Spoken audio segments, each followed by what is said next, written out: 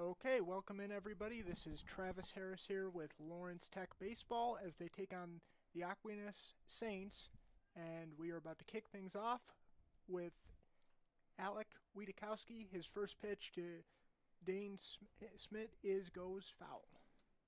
Excuse me, that's Dane Smits. Yeah, Alex, first pitch swinging for Aquinas here in Game 2. Lost a close one, 2-1 in the first game, and a similar lineup for Aquinas at the top of the order. Smith's first pitch against Wachowski for the Blue Devils. Smits had the only Saints RBI in the first game with a double down the left field line. And the 0-1 pitch, swing and a miss. Good to see Wachowski working from ahead. He's up 0-2 here. Yeah, Smits coming into Game 2 very aggressive here. And the 0-2 pitch, got him.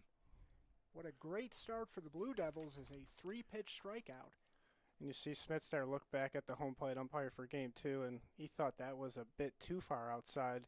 Obviously the first inning, so the ump's going to set the zone here. You're not going to get a major league zone in college baseball. They're going to give a little bit up and down, a little bit in and out depending on the umpire. And we can see early Travis, he's going to give a little bit off the outside corner. That'll bring up Hughes. And the first pitch is a ball. So Wiedekowski is a very high strikeout pitcher, over 10 per 9 innings. And he just had his first one of the game. That one is outside, and that'll make it 2-0. Yeah, we'll give some numbers on the year for him. He is 1-3, 27 innings pitched, 22 hits, 11 runs, 9 earned, strikes out 31 per 27 innings, as you said, Travis. So a good K per 9 there as we have a ground ball, routine ground ball there. And, yep, that'll be the second out of the inning. Okay, so a very good start for Wiedekowski.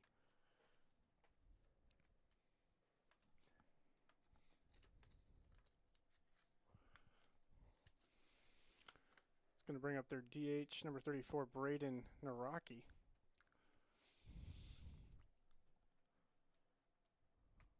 Wiedekowski's first pitch is, got another one that looked a bit outside. And the Blue Devils will take that call all day long. The 0-1 pitch is a little bit inside 1-1.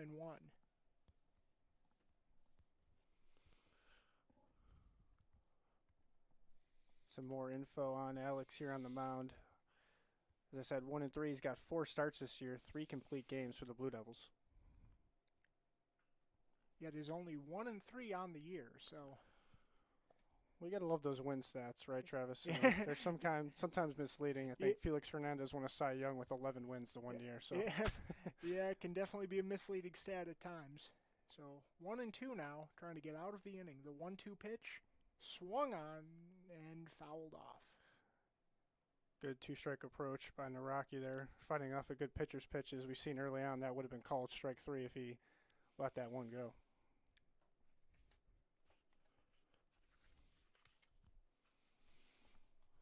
And that's a base hit over the second baseman. And he's trying to stretch it into a double, and he's in there with a hustling double. Yeah, great hustle by Naraki. You got 2 outs. Might as well take a shot. If you get thrown out at second, the coach isn't really going to mind there. And he was hustling out of the box, and I don't know if I want to give any criticism of the outfielder. Those ones just kind of looped in there to outfield, and give credit to Naraki for running hard, getting on second base here with 2 outs. That'll bring up Nathan Wilcox. Hitting .258 on the year. Coming into the doubleheader today. And the first pitch is a check swing, but he went too far, strike 1. Yeah, anytime you're a coach and you got a swing there, you don't like that look from Wilcox. If you're going to swing on 0-0, you better let it rip, and he kind of got caught off guard there by the off-speed pitch, Going to check on the runner at second. He's going to step off, but no throw needed there as Megashevsky is giving close watch to Wilcox. Wilcox is second on the team for Aquinas in RBIs with 20. The 0-1 delivery fouled off very quickly. 0-2 now for Wietrzykowski. Yeah, it's a tough one today. Wietrzykowski. I'm looking at it myself. I think we got it right finally on the third try. I apologize to his parents if he's listening, but not one of the easier names on this Blue Devils roster this season. Here it is, the 0-2. A little bit outside, so that'll make it 1-2. And if you're wondering, Naraki on second base is a stolen base threat, 7 of 7 on the year. Not typical out of the 3-hole, but there is a reason that Wietrzykowski is paying a close attention to him at second base with Benishevsky. Yeah, that's not really typical out of the designated hitter role. Ground ball to third bobbled, and there will be no play. And that's a tough error for the third baseman, Storch. That one hit hard, got some topspin, bounced up on him. But that'll be an E5, and thankfully keeping Naraki at second base and still a chance for the Blue Devils to get out of this inning unscathed. So it looks like it's going to bring up the catcher, number 38, Jake Paganelli. Yeah, Paganelli. Thank you, Travis. That's another one I had to pause there for a second. Trying to drive in a run and take the early lead for Aquinas. First pitch is outside. And Paganelli came in the year into today, hitting 306, 19 for 62. Just one double and two triples, so looks like he's more of a singles hitter, but a single could score a run in this situation. And for the next pitch is swung on and missed, make it 1-1. So we got two very quick outs, but now in a little bit of a jam. Yeah. And Paganelli's also a strikeout candidate, 18 strikeouts this year and about 80 plate appearances, so you're getting around that 20% mark. Not a good look if you're a hitter.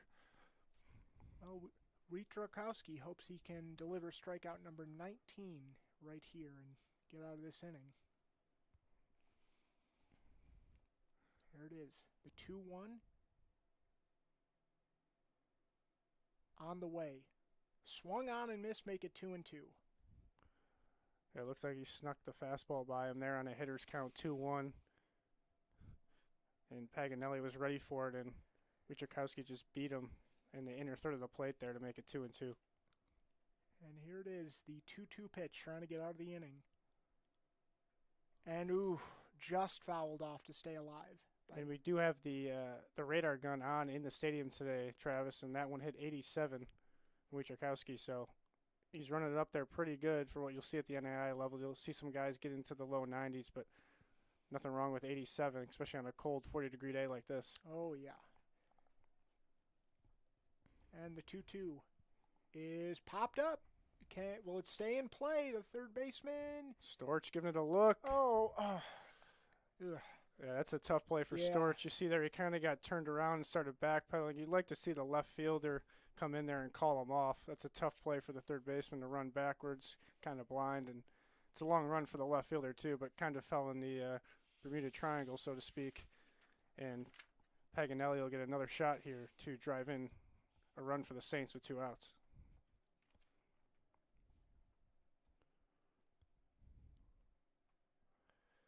So we'll do it again.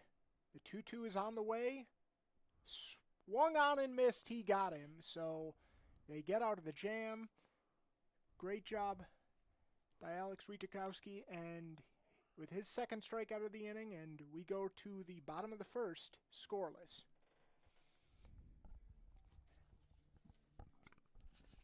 And so now let's get to the Blue Devils lineup. Nathan Brown will lead it off, followed by Harry Storch, Nick Olson, and then at the 4-hole we have... Got Jackson Wakowiak, the first baseman, number 25. Thank you. Then we have Trent... You have Trent Reed, the shortstop. Trent Reed. Fifth. I'll give myself a little advantage here. Travis, haven't seen this team all year long as the athletic communications director. Then we have Luke Marisette, and then Nick Post. And then at the bottom of the lineup, at the 8-hole, we have... Cam Hardy is going to spell Jason Earhart in the catching duties here in Game 2. You'll see Coach Outridge do that, and the doubleheaders will split his catching duties. And then you have in the 9-hole the second baseman, Kellen Bedichevsky, who drove in both runs in Game 1, had the deep home run to left field that seemed like it hung in the air forever. He'll stay in the 9-hole for Game 2. And thank you. And then on the mound for the Saints, we have Mason Hill. Yep, so Mason Hill will give you his numbers real quick here. As I switch over on the website, he comes into the game. He is making his 8th appearance, 7th start on the year. Comes in 0-3, ERA of 5.65, 28 2/3 inning pitched, 37 hits, 26 strikeouts in those 28 innings, so pretty good there. Walks 9, that number maybe a tad high, not too bad. And the opponents are hitting 306 off of the right-hander, so looks like the Blue Devils will be able to put the ball in play today, Travis. Yep, be able to score some runs off of Mason Hill, who has struggled here early on in the year. And to lead it off, Nathan Brown. And the first pitch to him is a little bit inside, ball 1. And Brown's going to come into this game hitting 270, making his 13th start on the year. And the 1-0 is a little bit high and outside, so very quickly 2-0 to Nathan Brown. And the thing when I like to look at leadoff hitters, you see that average of 270, but his on base is 449. He has 8 walks and 4 hit by pitches, so he's getting the job done out of the leadoff hole for the Blue Devils. And that will be, it is almost caught by the second baseman, but yeah, they're going to give an error there on the line drive to the second baseman. That is number 8, Dane Smits, the leadoff hitter. Yeah. So a leadoff error, and that'll bring up Harry Storch. That one was interesting as well, Travis. Didn't seem like it was too hard hit of a ball, kind of floated there, maybe just knuckled on the second baseman Smits. Yeah, it looked like it was going to get into center field, but then he covered a lot of ground very quickly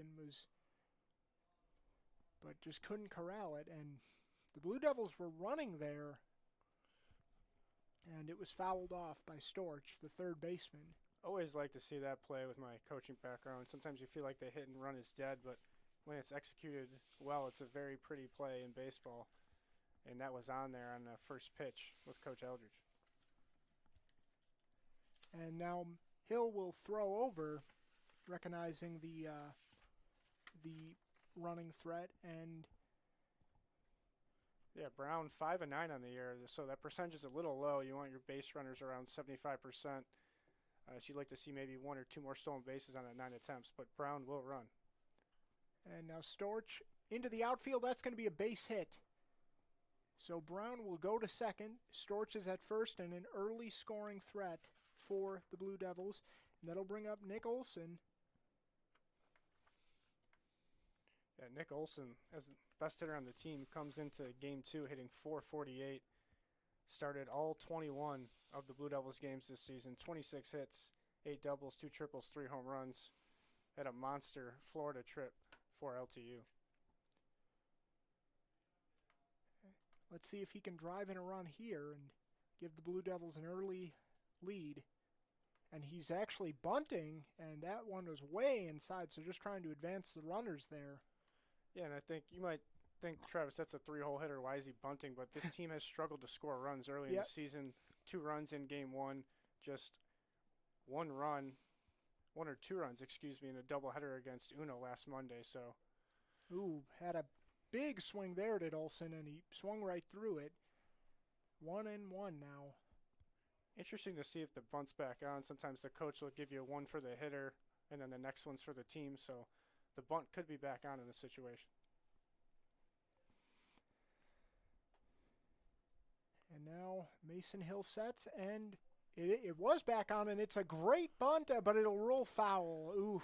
That was just unlucky, Travis. Maybe cut that one a little too fine down the baseline. It hit that edge of the infield grass and fell off the line, foul. That was almost going to be a perfect bunt, but it just went foul. So that'll make it 1-2, and you got to believe probably the bunt is off at this point. Yeah, at this point with the 3-hitter, he's going to let him swing away, and this is where we really just need a ground ball to the right side if you're the Blue Devils and get those runners up a station with 1 out. And the next pitch is actually in the dirt, so that'll make it 2-2 now. Yeah, Hill going with a 1-2 curveball in the dirt. That one came in at 70 miles an hour. Good eye by Nick Olson there holding off on the breaking ball. So Hill sets the 2-2 pitch.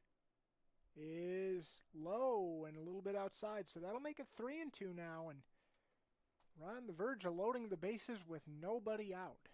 You're going to find it hard to imagine the runners are going to stay still here on the 3-2, as Hill has shown he has some issues finding the zone. Should be a fastball for Olson.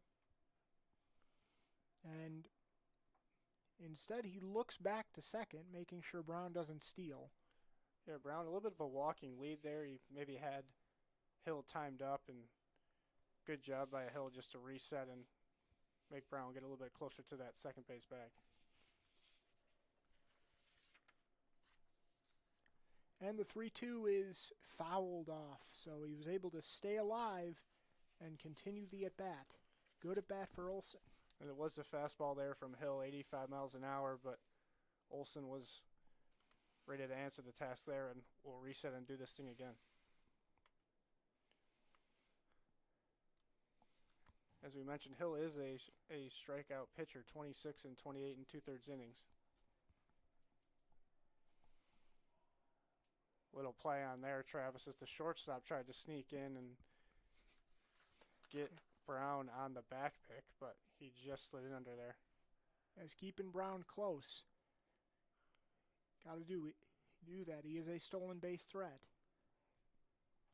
Big hole in the middle of the field here as both the second and shortstop are paying attention to Brown. And Olson, and that is driven high, driven deep. Will it stay fair? Goes into the bullpen down the right field line, as he was just a tad early on that one, Travis. He crushed that one. Almost made it a 3-0 game. And now the question is, Hill going to come back with the fastball again? Olson fouled one straight back, and then he obviously got the let out on that one. So with nobody out, does Hill risk a breaking ball and potentially a walk in this situation? And the 3-2.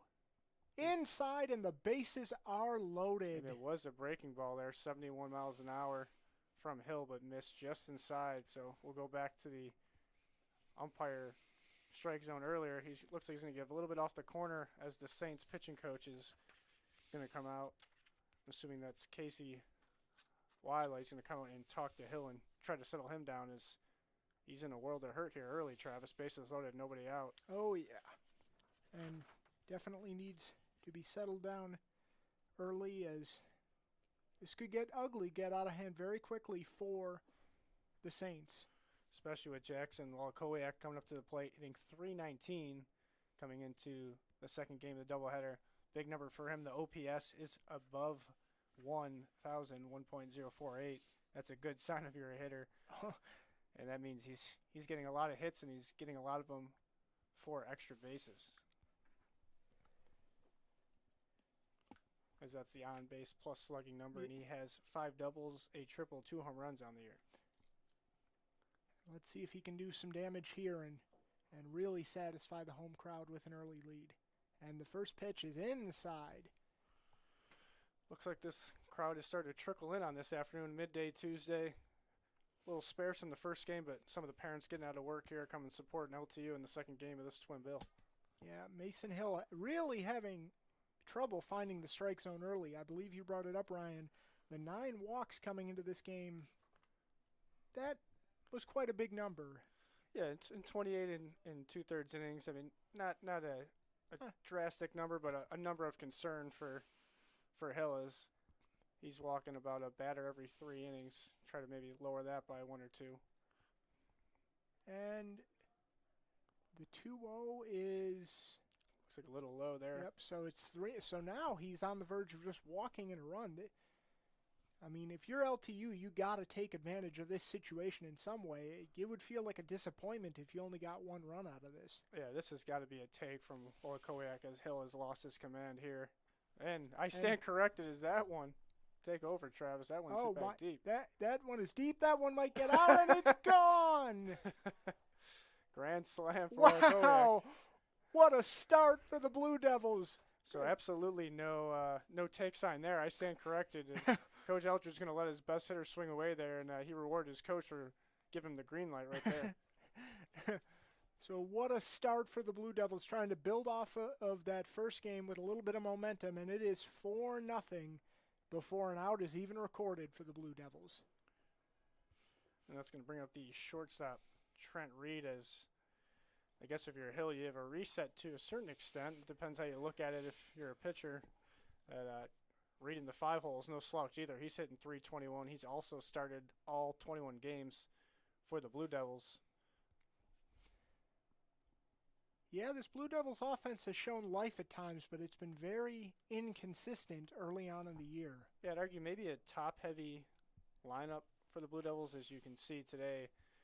The first 3 or 4 guys getting on base, and maybe the bottom order kind of pitters out a little bit as Reed takes a check swing through that for strike 1. Strike 2, excuse me, as our scoreboard was a little late on that. So strike 2, so 0-2 trying to get the first out. And is that nope, that's a foul ball. That is a foul ball. So almost snuck it fair down the line, but it's still an 0-2 hole for Reed. Reed on the year's got 4 doubles, a triple, and a home run, so he's got a lot of power as well. Looks like he's second on the team in RBIs with 12, tied with Nick Olson as Olakowiak just increased his lead. And the next pitch is low and outside, so 1-2.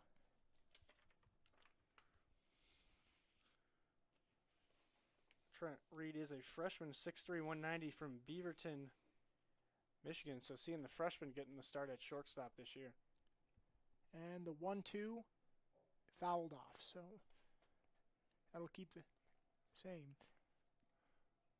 Go ahead, Travis. Excuse me. They're not only getting a lot, have done a lot of damage this inning, but they are really driving up that pitch count of Mason Hill. I was just about to make the same point. If you're the Coach Amanji for the Saints, got to be a little bit concerned about Hill's pitch count, but also this one, remember folks, this is a 9-inning game.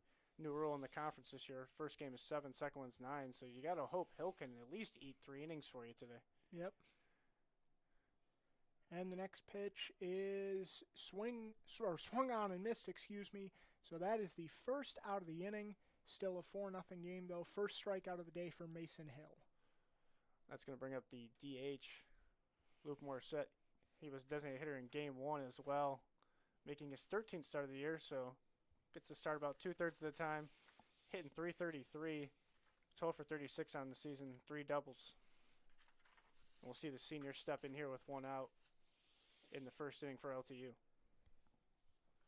That first pitch was just outside for ball 1.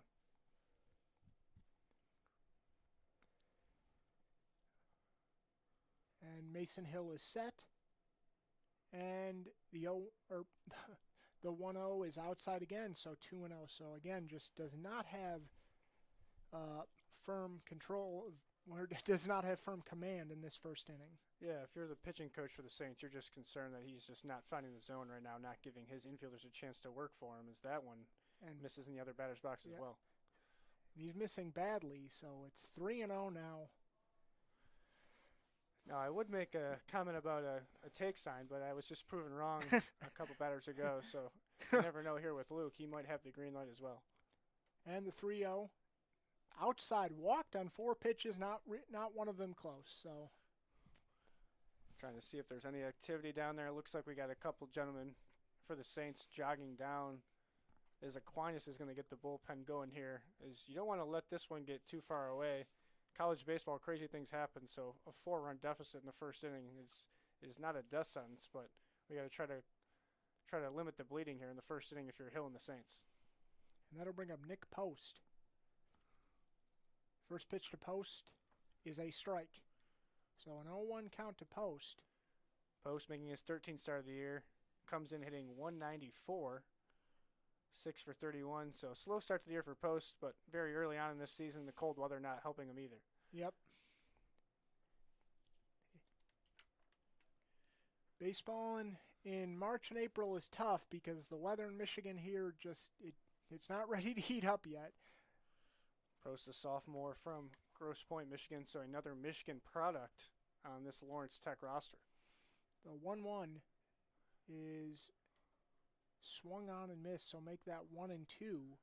Nice swing there for Post on the 1-1. Fouled that one straight back. And rule of thumb in baseball, you see the ball straight back. That means the batter is right on timing-wise. And obviously, either way, depending on the lefty or righty, late or early. But Post right on that 1-1 offering from Hill. Let's see if he can just get on top of it here on this 1-2 pitch. And Mason Hill set, and the 1-2 is way inside. And it hit him. So, wow. So this is really getting out of hand for Mason Hill and the Saints. They got one out after the grand slam, but now 2 runners on, only 1 out, and just got to wonder how much longer they can stick with Mason Hill here. And if you're Post, that's a gift on a 1-2 pitch. Give credit to Nick Post. He does not flinch. It was a breaking ball from Hill, and you'll take that every time in the shoulder and go down to first base. And a nice thank you to Hill as Post gets out of that at bat, out of that 1-2 hole. That'll bring up Hardy now. Yeah, Cam Hardy, like I said, to start the game, Travis, he's going to split duty with Jason Earhart behind the dish. Hardy making his 11th start, 2 for 18 on the season, so more of a defensive catcher trying to find his swing. And he was sitting on that. First pitch swinging fouled off, so 0-1. Yeah, I love the swing from Hardy there on an 0 pitch. Did not get cheated, and he's a big boy. He's a 6'3" freshman from Hudsonville. So if he runs into one, look out if you're the Saints here, especially in an inning when they're already down 4-0. And the 0-1 pitch is on the way. And that's a strike, and they throw to third, and they will not get the runner, so a double steal, and now runners at second and third with only 1 out, so a golden opportunity here, although it is an 0-2 count. Yeah, aggressive call there from Coach Eldridge. Maybe saw something in the timing of Hill, focusing a little too much on Hardy. Now we have 2 runners in scoring position for LTU. And here it is, Mason Hill. The 0-2 is on the way. Ooh, yeah, just high perhaps, yeah, Travis. Yeah. I like that one from up here, but got to defer to the umpire as I'm assuming that one crossed a little too high. Well, I mean, Mason Hill has had struggles with his control in this first inning, so the umpire is going to make him earn it. The 1-2 is not sure. What happened there? Maybe a balk? I'm assuming a balk was called there. Okay, so I guess a balk was called there, and a run will come home, and it's 5-0. And a runner at third with only 1 out. So it's just been a nightmarish first inning for Hill. And the 1-2 is outside. Low and outside make it 2-2 now. Yeah, you don't see that too often, but maybe a little bit of a quick pitch from Hill there. He gets called for the balk, and 5-0 LTU. And the 2-2 is high and outside, so make it 3-2. And again, threatening to put another base runner on. That pitch count has got to be getting up there at this point for Mason Hill. It's got to be over 30, I would imagine. And the 3-2 is ground ball to the shortstop. Pick it up, throw to first, and they finally get the second out of the inning, but another run will score. It is 6-0 Blue Devils. Good job by Cam Hardy there. He gets down in the count, kind of gets jammed on that 2-strike offering from Mason Hill, but put the ball in play. Good things happen, and he gets an easy RBI to make it 6-0 Blue Devils. And so that will bring up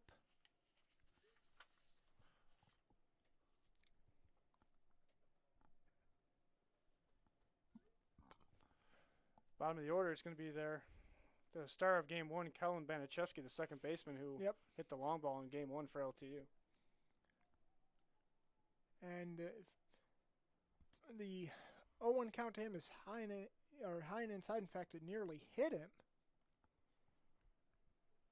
It looks like we have one Aquinas Saint down there in the bullpen getting loose for them. Anichevsky was the hero of Game 1 when he had 2 RBI, in fact, both of the RBIs for the Blue Devils, including the solo home run.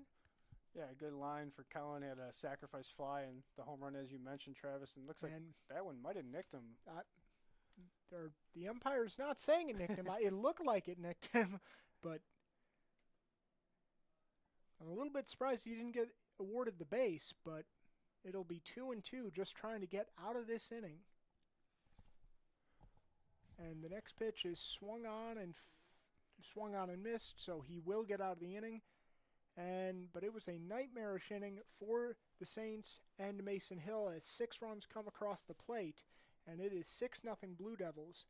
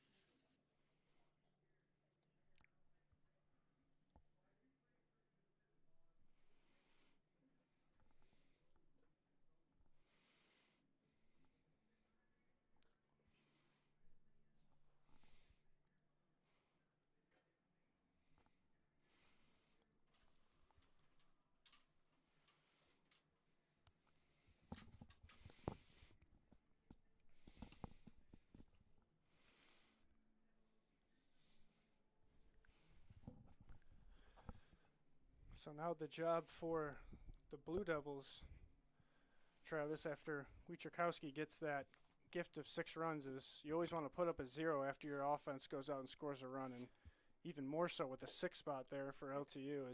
Yes, and for Wietrzykowski, I mean, that's got to calm him down to know he has that cushion, that 6-run, cushion, and just be able to take a deep breath and attack these hitters.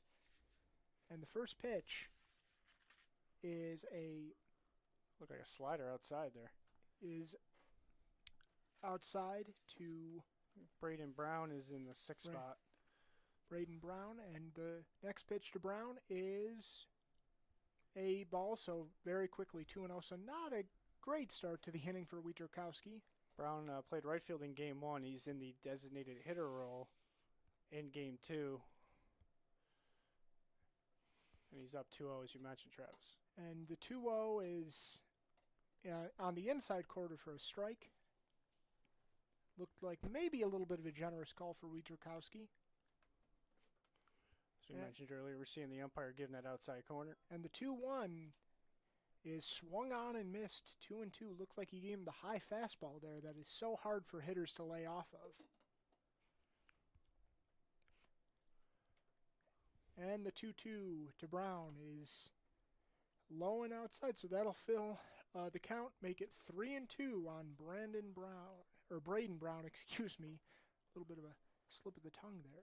The 3-2, inside he walked him, so again, when you want to shut down inning, that leadoff walk is not what you want to do.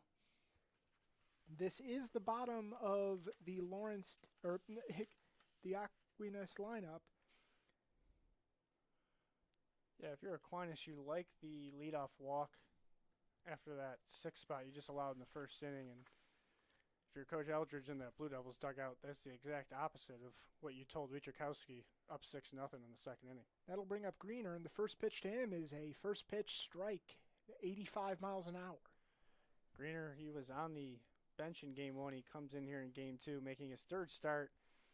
And just 2 of 13 on the year, so slow start for Greener. But we did see some injuries in the outfield for the Saints, so maybe that's why Greener's been pressed into duty here in Game 2, Travis. And Greener swings and fouls that off, so very quickly 0-2 for Wietrzykowski.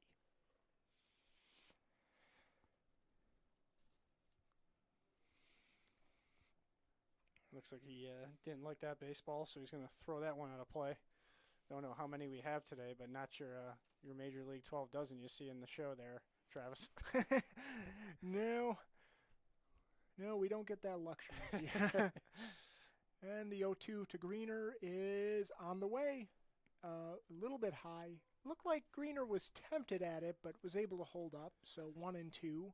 Yeah, you see that ball at eye level, and it looks good, Travis, but good restraint by Greener, as that was a waste pitch from Wojciechowski. So we'll do it again. The 1-2. Got him. Strike 3. Greener did not like that call. Looks a little bit dismayed, but it's another strikeout for Wojciechowski. Good way to recover from the walk. Yeah, the hitter in me has to agree with Greener there. You're down 1-2, you lay off the high one, and then the umpire gives a little bit off the plate there on the outside corner. And as a hitter, you feel like you can't reach it, but it's been established early on here, Travis, that that's going to be a strike today. And the first pitch is a strike to Mark Binkowski. The shortstop comes in today hitting .226, making his 25th start, so perhaps more of a defensive shortstop, something you see in the old days. And the next pitch is inside, so that'll even the count 1-1. Man on, man out. 6-0 Blue Devils if you're just tuning in. Put up a 6 spot in the first inning. And the 1-1 is inside, and it gets away from the catcher, so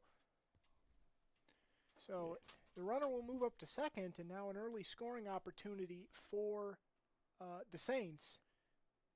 Yeah, and I think you saw Wojciechowski kind of double look at his catcher there. Cam Hardy thought that one was a little off target, but still catchable, and should not have gotten by the backstop. And the 2-1 is a little bit high, so that'll make it 3-1. Wojciechowski has to reset here as one out and a guy on second. Potentially getting another Saint on base. And the 3-1 and strike. And that'll fill it up now at 3-2. Not too dissimilar from that previous offering, Travis. Is maybe that one just a little more down below the letters, and Wojciechowski got the call from the whole plate umpire. Here it is, the full count pitch on the way is inside, and it's another walk, the second walk of the inning for Wojciechowski, and that will put 2 men on with 1 man out, and this is not what you want to see if you're the Blue Devils. Excuse me, this looks like this is Cam Greener. I believe we might have misspoke earlier, as I had my roster out of order, as I had my Game 1 lineup card. So that was Chris Sorelli, the third baseman earlier, that struck out looking. Now this is going to bring up the right fielder, Cam Greener, in the 9-hole. So my apologies to our Saints fans tuning in here on the LTU broadcast today. So you can't take days off, Travis. I took a half day yesterday, and I only printed 1 lineup sheet, and now I have to decipher my scribbles. So my apologies to our Aquinas fans as they back pick at second, and he is well underneath that one. Okay, so this is Cam Greener, and yep, on my end too, apologies to our Saints fans tuning in. A little bit of a mistake there. But Cam Greener trying to drive in the first Saints run of the game. The 1-1 is, or excuse me, the 0-1 is inside. That made it 1-1. So Cam Greener, as I mentioned earlier, got pressed into duty in right field as the center fielder for the Saints got injured in Game 1 after making a spectacular catch, and he's getting some rest in Game 2. So now the 1-1. Cam Greener making his 3rd start of the year for the Saints. And that one is fouled off, so that'll make it 1-2 now. As I mentioned earlier, Greener just 13 at-bats on the season, 2 for 13, 154 average, but not a big enough sample size for the right fielder for the Saints. Here it is, and Wojciechowski is set, and the 1-2 is swung on and missed, and he struck him out. A huge strikeout for Wojciechowski this inning. That'll be the 2nd out of the inning, and now he's trying to get out of the inning. And Greener was susceptible to the strikeouts as he had .5 on the season in just those 14 plate appearances. So that's a strikeout percentage north of 30. Not a good sign if you're a hitter, and Wojciechowski preyed on that to get the second out of the inning for LTU. But that'll bring up one of the most dangerous hitters of this lineup, Dane Smits, and the first pitch to him is high and outside, make it 1-0. And you said the word there, Travis, dangerous. Smits comes in, starting all 29 games for Aquinas, hitting .429 on the year, 7 doubles, 1 triple. And the 1-0 is fouled off deep down the left field line, so make it 1-1. Smits just a sophomore as well from Roscommon, Michigan. Hope I said that right, Travis, as I'm not a Michigander, but that's what it looks like. And 5'8", 170, not big for a catcher, but getting the job done with the club in his hands this year, hitting .429, as we mentioned earlier. And this offense is dangerous. They average over 6 runs a game this year. The next pitch is a ground ball to short. They will go to second, and it gets away from the second baseman. This will get home a run. This might get home 2 runs, and it will. So 2 runs come in to score on the error, and all of a sudden it is a 6-2 game. So the Blue Devils definitely should be happy they got that grand slam, because now that's the difference in the game. Yeah, and that one just like it got away from the shortstop, Reed. Is got to give credit to the hustling Saints runner. Put some pressure on Reed to get rid of that one in a hurry, and threw that ball into right field. And the Saints got exactly what they wanted. If you're Coach Lamangi, is you got 2 on the board, you're just trying to chip away at the deficit, Travis. You're not looking for 6 runs in an inning like LTU is. That's a rarity. Yeah, exactly. That'll bring up number 42 now, trying to do even more damage. The first pitch to him is a swinging strike to Nathan Hughes.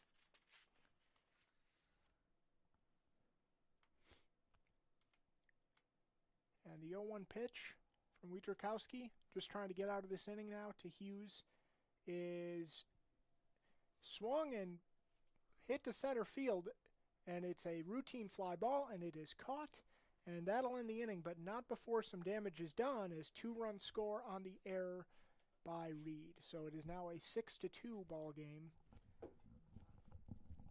here at Jimmy John's Field. So still a comfortable lead for LTU, excuse me, but you wanted that shutdown inning and you didn't necessarily, well, you didn't get it. So let's hope LTU, or for LTU's sake, they can continue to score some runs and maybe get those runs back and not give the Saints any hope whatsoever.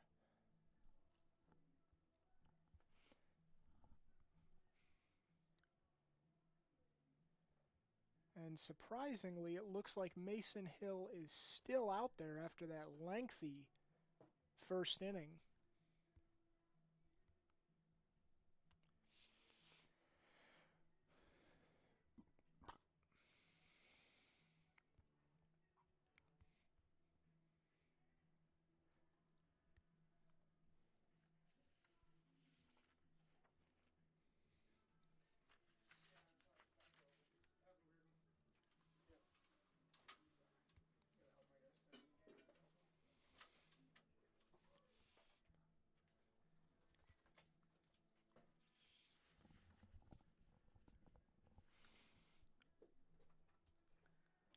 So now if you're LTU, Travis, if you're the Saints, you're looking to do what LTU could not do in the last inning, and that's put up a goose egg and get back in the dugout and grab the sticks. Yeah, Mason Hill is still out there after that lengthy first inning, so I'm a little bit surprised by that. But at the same time, it's a 9-inning game. You want to try to at least get 3 to 4 out of Mason Hill. I would assume that's got to be the plan from Coach Lamangi. You don't want to pull him in a 9-inning game in the first inning, so probably looking to get at least 3 from the right-hander. And the first pitch to the batter is inside, and that is... It's going to be Nathan Brown, our leadoff hitter, back to the top of the order. So Nathan Brown trying to once again get another big inning started, and that pitch is swung on and fouled straight back. 1-1 on Nathan Brown.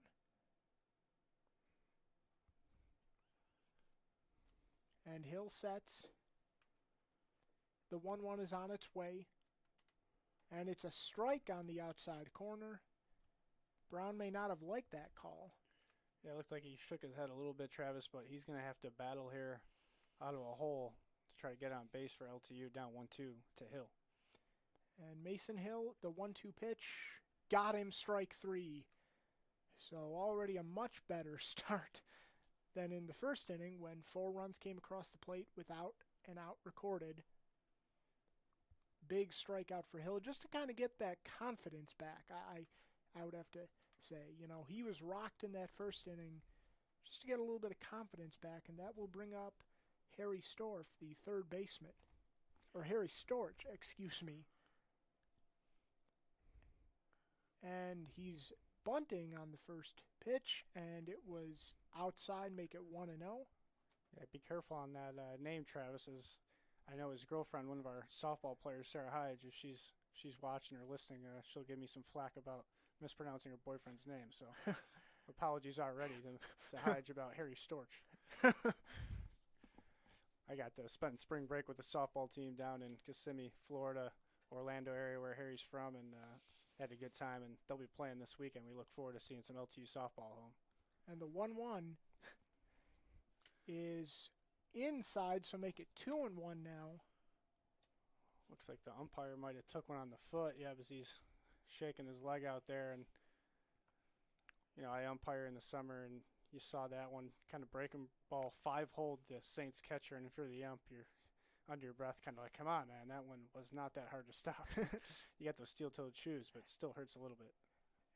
And the next pitch is a blooper base hit into right field. And Storch is on with a single.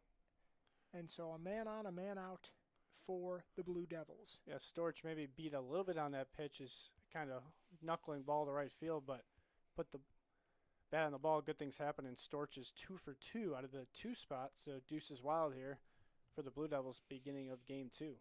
And that'll bring up Nick Olson, trying to once again do some damage here.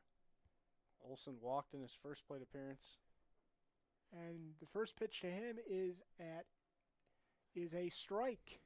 Yeah, nice backdoor breaking ball from Hill there. 0-0 to the 3-hitter. Remember, Olson tried to sacrifice bunt in the first inning, ended up walking later on in the at-bat.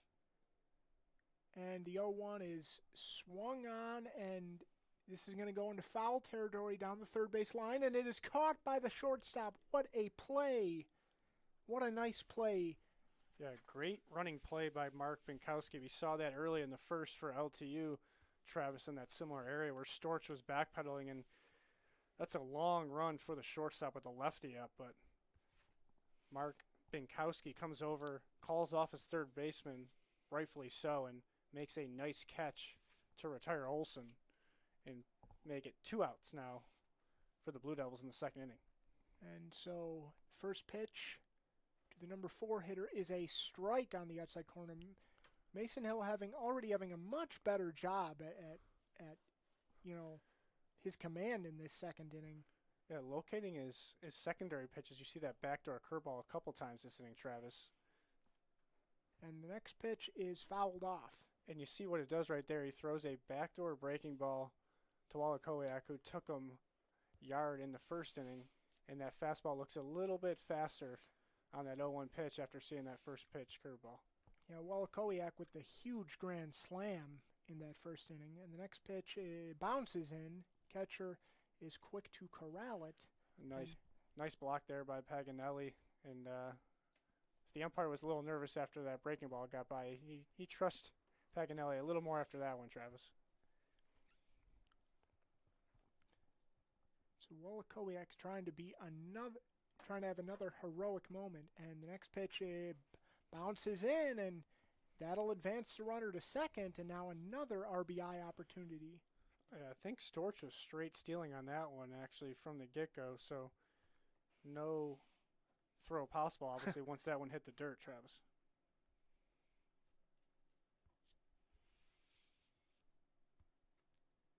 So Mason Hill just trying to keep the score right where it is. The pitch is outside, so that'll fill the count 3-2. Hill can still be smart here, Travis, as he has a base open, so does not have to give in to Wallachowicz with 2 outs. And I don't know if you would want to after that first inning. The 3-2 is a fly ball. It's fairly deep, but it's going to be caught a little bit in front of the warning track and no damage done, and that's going to be out number 3. So the Blue Devils threaten that inning, but they do not score. It's still a 6-2 game as we head to the top of the third. It looks like Wallachowicz just got under that one. A tad is almost the same exact spot, Travis, as that shot in the first inning, but just a little bit under it. And Aquinas does what they need to do in that inning, as they put up a 0 as we head to the top of the third.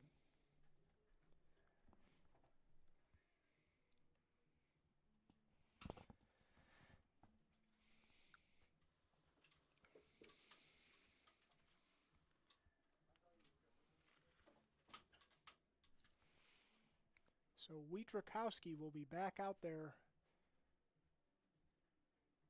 Had a scoreless first. 2 runs scored on an error in the second, though.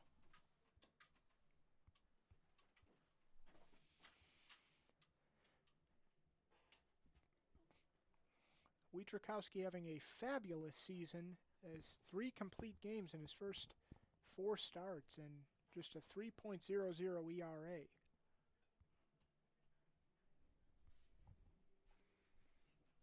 They had a tough luck loss last Monday against Uno. Went pretty deep in that game, but Blue Devils unable to muster any offense, and tough outing for a pitcher, but got the run support so far today, Travis. Let's see if he can put up the 0 here that he couldn't quite do last inning, although the error certainly didn't help, and that will bring up. And so who is kicking off this inning for Looks like the third hitter, the designated hitter, Braden Naraki, leading off.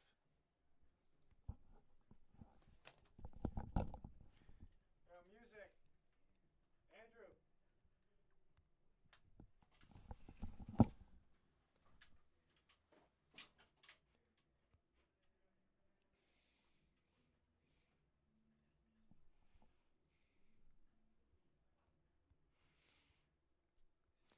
And the first pitch to Naraki here is a little bit outside, so Wietrokowski is just delivered a ball 1. The 1-0 pitch to Naraki is inside a corner for a strike, so 1-1. Had to go apologize for that. Had to go tell our facilities guy there was dealing with the phone call and had the music playing there for a second, so a little bit of a delay. Probably heard me in the background shouting at Andrew, but Andrew has a lot of jobs, wears a lot of hats here for LTU, our facilities, assistant director for facilities, and got a little distracted there, as we all are at baseball games sometimes. So the 1-1 is a little bit outside, so that'll make it 2-1 on Naraki. In fact, actually, that's 3-1 now, and the 3-1 pitch is fouled off, so that'll make it 3-2. And it was the leadoff walk last inning that started things for the Saints, so you really want to get this out here if you're Wietrokowski. Yeah, especially this part of the order, 3-4-5 to begin for the Saints. And the 3-2 is, will it drop? It will not. It is caught. So a shallow fly ball into left field, and a big out, I feel like, for Wietrokowski and the Blue Devils, as, you know, leadoff walks are always killers. Yeah, about over 50% in the big leagues come around to score, and Naraki got beat a little bit on that one, and Nathan Brown came in and caught that cannon corner in right field for the first out of the inning. And now that'll bring up Wilcox. And the first pitch to him is a strike on the inside corner. Looked a little bit too inside to me, but gave him the call. And the 0-1 pitch now is That one's a little bit too inside, so that'll make it 1-1. I tried to double up on that spot. That one missed a little bit lower, and 1-1 right now to Wilcox. And the 1-1 is swung on and missed, so make it 1-2 now. Wilcox swinging for the downs there and swung right through that offering from Wietrzykowski. Now he has to protect down 1-2 in the count. And the 1-2 is fouled off down the right field line. Can somebody make a play? Oh, No way. oh my goodness. Wow. What a fabulous catch. Jackson Wallachkowiak, that's in that Bermuda Triangle, Travis, and the toughest play to make out of those three is for the first baseman, and he somehow made it. I can't quite tell you how either, but Jackson Wallachkowiak. You know, a star is being born today. First the grand slam on a 3-0 pitch, and now that tremendous catch. yeah, one of the best offensive players on the Blue Devils roster, and he shows he can do it with the glove as well. That's a nice catch as you'll see from a first baseman in foul territory, Travis. And now that'll bring up It's going to bring up the catcher, Jake Paganelli. Jake Paganelli coming up to the plate, and the next pitch to him, the 0-1, is swung on and missed, so get very quickly 0-2, and Wietrzykowski is just trying to get out of this inning quickly. Yeah, Paganelli didn't read the slider out of Wietrzykowski's hands and swung early on that offering. And swung on and missed, and what a quick inning for Alec Wietrzykowski. 1-2-3 they go. And we are going to the bottom of the third. It is still a 6-2 Blue Devils lead.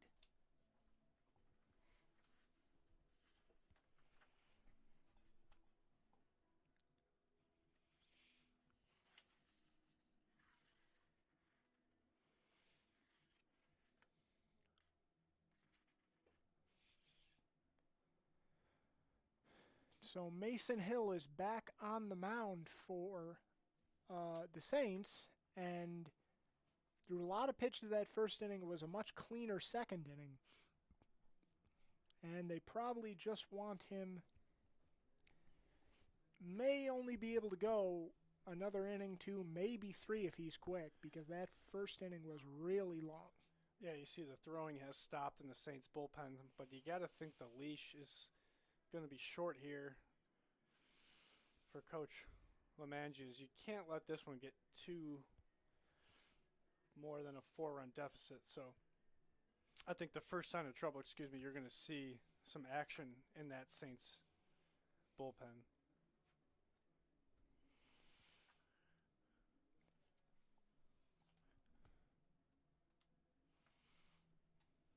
Trying to see where the Blue Devils start this inning.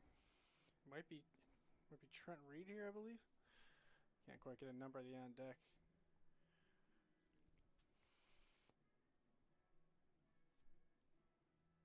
Yeah, it's Wallachkowiak. Actually, memory serves me now. He flew out to right center, so it's going to be 5, 6, 7 here, Travis. Yep, Trent for Reed. the Blue Devils. Trent Reed, Luke Morissette, and Nick Post all coming up. So let's see if they can do some damage here. Trent Reed struck out in his first plate appearance.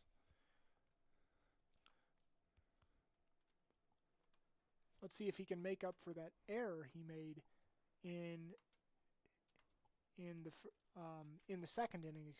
That allowed 2 Saint runs to score. The first pitch to him is a strike on the outside corner, maybe a little bit of a generous call. Reed again comes in hitting .321, 4 doubles on the year. He's 18 for 56 on base at .420, so good start to the freshman campaign for Trent Reed. The 0-1 bounced in, so it's a 1-1 count on Trent Reed. You see Reed is susceptible to the strikeout. Had 17 strikeouts coming into this game. And the 1-1 is way outside, so make it 2-1 now on Trent Reed, trying to get a rally going. Hill pulled that one to Tad, 81 miles an hour, kind of choked it and threw it across his body into the left-handed batter's box. And the next pitch is, a little bit inside on Reed, and that'll make it 3-1. If you're Reed here, you got to zone in on your spot, in and out or up and down, and make Hill put it in that box. As he's shown he's a little sporadic today. And the 3-1 is a strike on the inside corner. Maybe a little bit of a generous one, but that'll make it 3-2 now on Reed. Nice breaking ball from Hill there, 67 miles an hour, 14, 15 mile an hour difference. Took a lot off that breaking ball. And the 3-2 is fouled off. That pitch, I believe, was at 82 miles an hour. That's a pretty drastic difference, Travis. As you usually like to see 10, 11 on the fastball to the breaking ball, and Hill really taking a lot off there, 82 to 67, and a good job by Reed as Hill tried to speed him back up on that 3-2 offering. And the 3-2 to Reed is popped up on. Will it be? And yes, Paganelli will be able to make the play. So Reed fouls out, and a quick first out here in the bottom of the third. Yeah, you see Reed got caught in between there. It looks like Hill went back to the breaking ball a little low. 2-strike defensive approach from Reed, which is what you like to see. Put the ball in play, but kind of a half lazy swing on that one and fouled out to the catcher. Nice play by Paganelli. That was not an easy play by the catcher, and he made it look routine. And so that'll bring up Luke Marset, the DH. The first pitch to him is he's bunting, surprisingly, and the ball was outside, so that'll make it 1-0.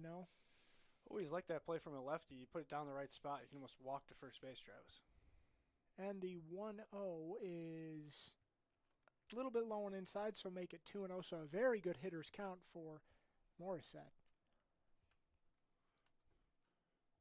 Morissette struck out as well in his first plate appearance, excuse me. And the 2-0 is inside a little bit, so make it 3-0.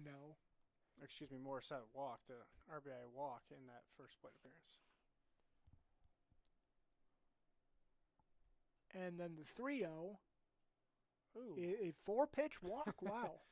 Thought he maybe was a little early on the bat chuck, the back toss there, Travis, but the ump did not give him a strike, and he'll walk down to first base. And if I'm not mistaken, his walk in the first inning was also a 4-pitch walk in which he got the RBI, so he has not seen a strike today, if I'm not mistaken. I'm going to take your word for it after that long bowling weekend I just had. My memory is not quite back to 100%, so if you say it's 4 pitches, I'll back you there, partner.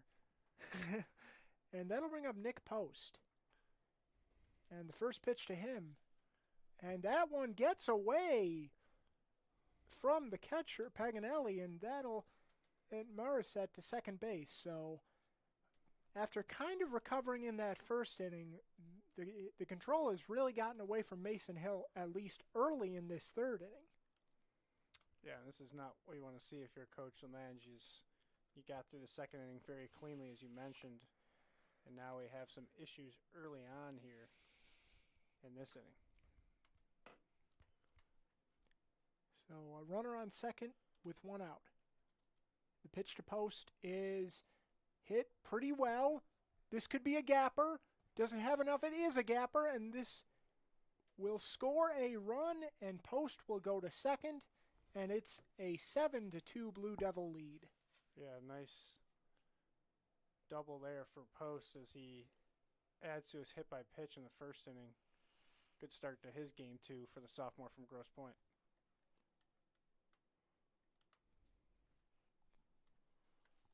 And that'll bring up Cam Hardy trying to drive in yet another run and get those 2 runs back from the second inning in which the Saints scored on an error. Cam Hardy grounded out to the shortstop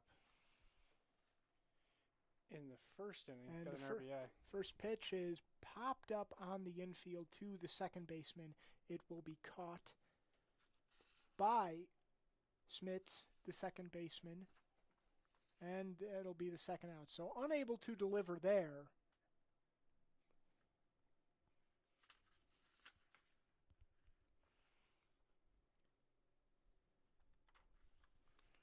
Two outs, and that'll bring second baseman, 9-hitter Kellen Baniszewski to the plate.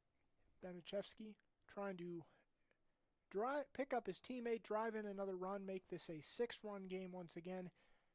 The first pitch to him is swung on and fouled off, so very aggressive approach there. And why not if you're Benichevsky after the game one he had and start the game two? Exactly. So Hill back on the mound. And we have some light tossing of the Saints bullpen again, Travis, as that leash has got to be pretty short for Hill.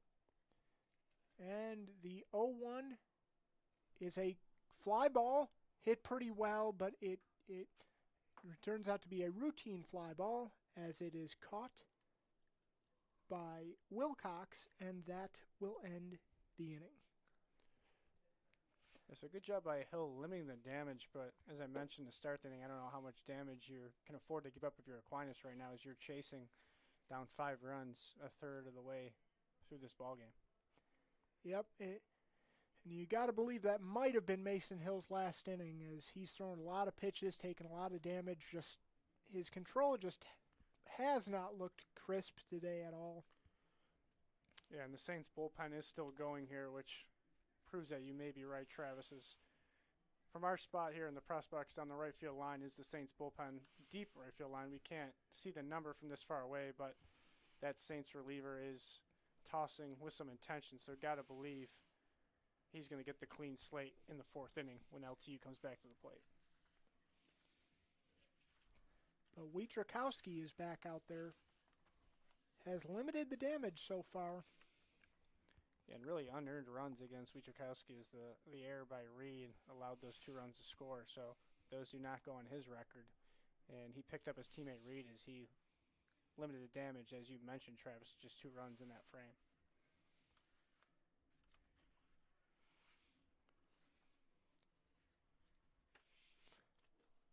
And okay. Looks like number 14. So this will be Brandon Brown, I believe, the 6-hitter. Brendan Brown at the plate. Or Braden Brown. We keep messing that up. Apologize to it's that double B's name. If Braden Brown's parents are listening, it's that alliteration is giving us a slip of the tongue here on a Tuesday afternoon. And the first pitch to Braden Brown is, I believe, a strike, and it is. The DH in today's ballgame. The 0-1 is a little bit low on inside, so make that 1-1. Brown making his 22nd start of the season, 289, so one of the better hitters in the Saints lineup. And the 1-1 is on the outside corner, so no complaints from Brown. That's that pitch we've been seeing all day, getting a little bit on the outside there, Travis, and Aquinas has adjusted now. And this is a ground ball to the third baseman. He will make the play. Nice play. Harry Storch throwing it across the diamond to Walakowiak, to retire the first out. And that's a key to success if you're Wietrokowski, is getting that first batter to walk back to the dugout shaking his head. And then that will bring up number 19. Yes, number 19, Chris Surreal. So, yep, Surreal, is who we skipped over the first time. He's batting 7th, the third baseman for the Saints, getting the start in Game 2 as he was on the bench in Game 1. And the next pitch to him is swung on and missed, so very quickly in an 0-2 hole is Surreal. Give you some numbers on Surreal here, as hasn't had too much playing time for the Saints, just making his 7th start, hitting .250. And the next pitch is a strike 3, so very quickly 3 pitches, 3 outs, and that's the second out of the inning.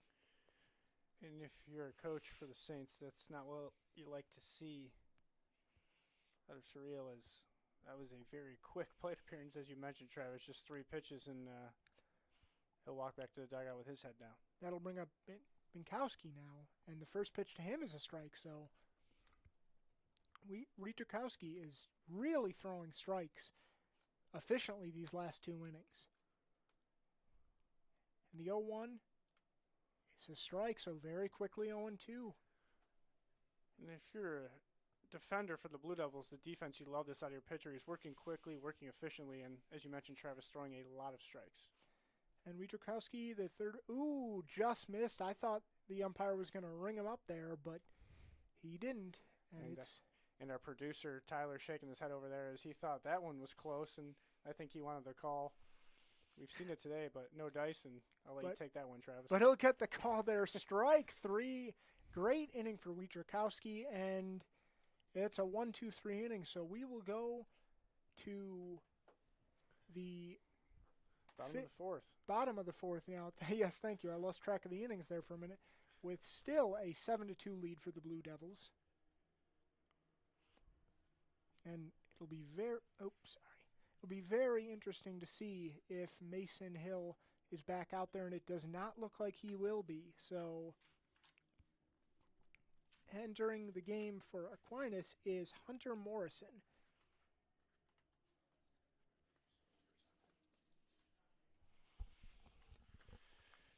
As you mentioned, Tyler, Hunter Morrison coming in, he's making his 8th appearance, so one of the more frequently called upon Saints pitchers. And he comes in with a 10.95 ERA, so he's looking to trim that down. 12 1/3 innings, 12 hits, 15 earned runs. Has some walk issues too, 9 walks, 10 Ks, so not a big strikeout threat, and he's offering up the free pass.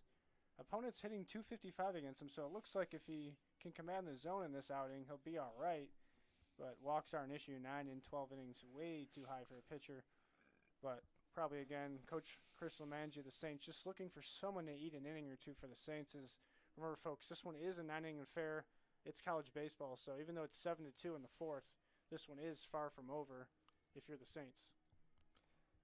Yeah, yes, it is. That it is. So, yeah, you got to believe he wants to get 2, maybe 3 innings out of him. Remember, these two bullpens are well rested, as a reliever was not used in the first game between these two teams. Great point, Travis. This is the starting pitchers in Game 1. Pitched very well, obviously, but you also got to remember with some inclement weather this past weekend, this is the makeup from Sunday. Some games now starting to add up for these teams as they'll go into their regular conference action this weekend.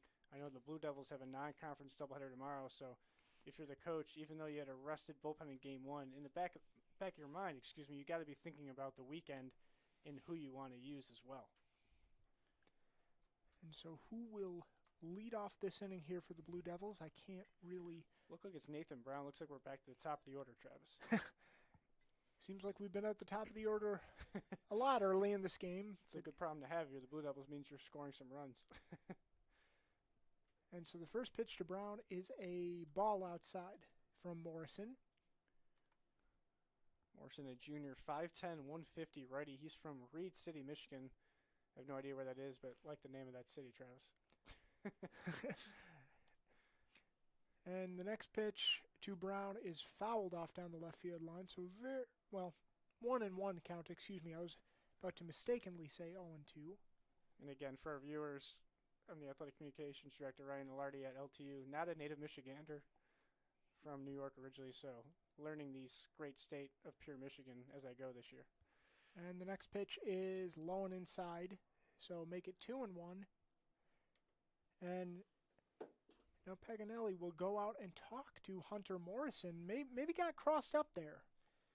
Yeah, I'd be a little surprised if, nobody on, if they're giving signals, but maybe just trying to calm down. Morrison maybe saw something he didn't like. But you could be right, Travis. They could 100% be going off some sign type of maybe touch the knee, touch the chest protector, maybe still giving a couple of different signs with the fingers, going on second or third sign. And as you said, Travis, Morrison might have crossed up his catcher, Paganelli. And if you ever caught before, when you expect a curveball to come and a fastball comes, it's not any fun back there. And the 2-1 is a strike, so make it 2-2. Nice breaking ball there from Hunter Morrison as he dropped that one on the back door.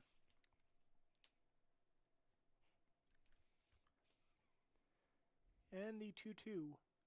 Strike 3. The umpire rung him up. Brown, I don't think, liked it all that much, and maybe he had something to say to the umpire, but it's out number 1, and that'll bring up Storch. Yeah, that's that pitch that's been a strike all day. A little bit off the edge, as we can tell. We're right up here behind home plate, but give the credit. He has been consistent, and now Storch steps in. He's 2 for 2 with 2 hits on the day to right center field. And the first pitch swinging is into left field for a base hit. And I believe that's, as you just said, that's his 3rd hit of the day.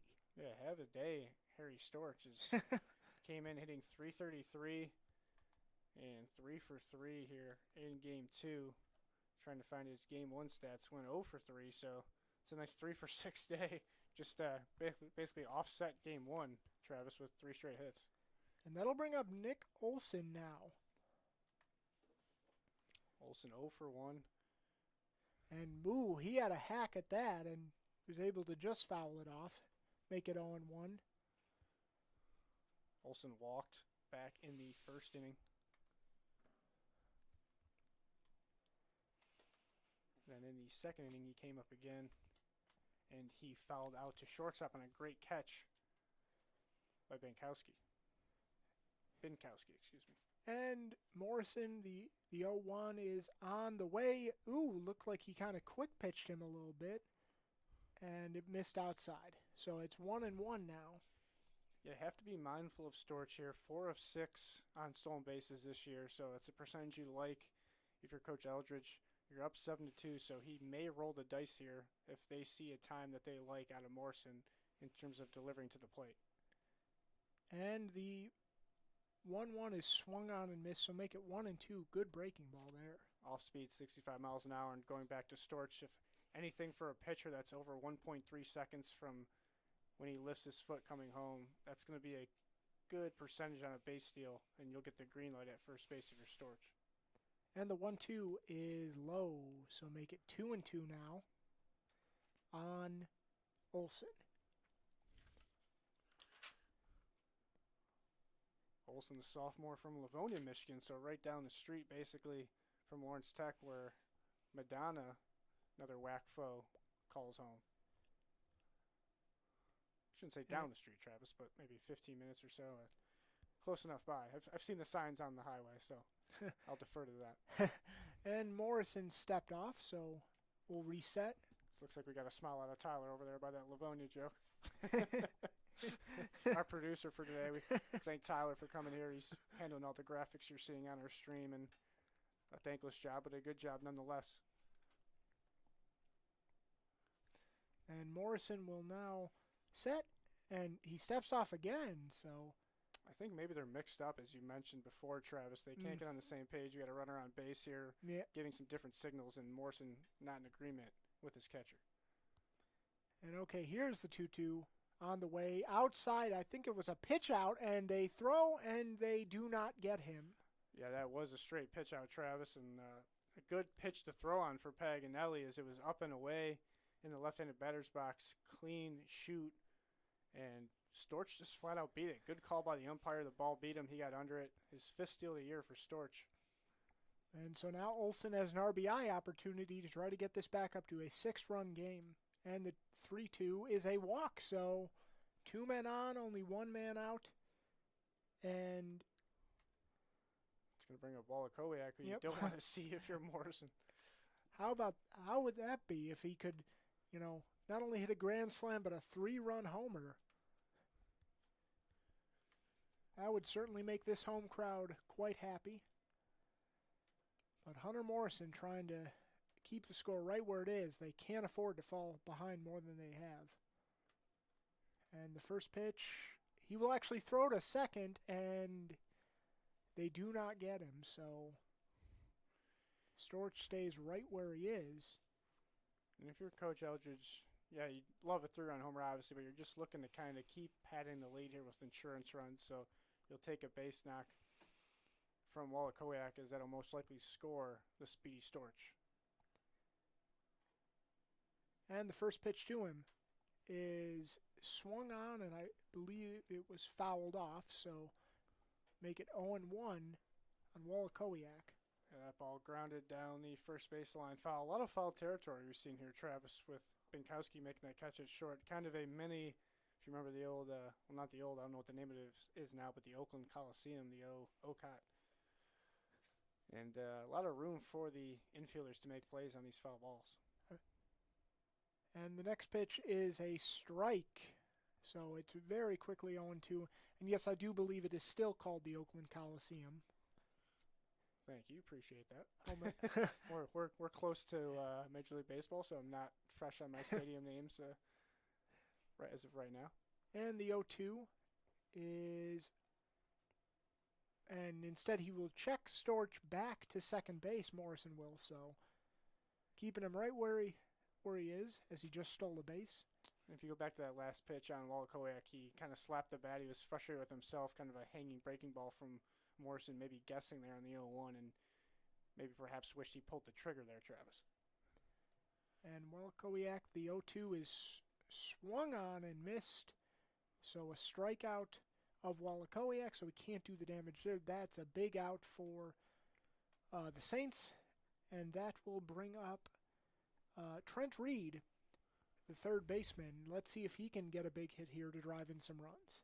Yeah, Wallachowicz, just his 7th strikeout of the year, so great job by Morrison, as he is a tough hitter to punch out, and as you mentioned, that's going to bring up Travis Reed, who is 0 for 2 on the day with a strikeout.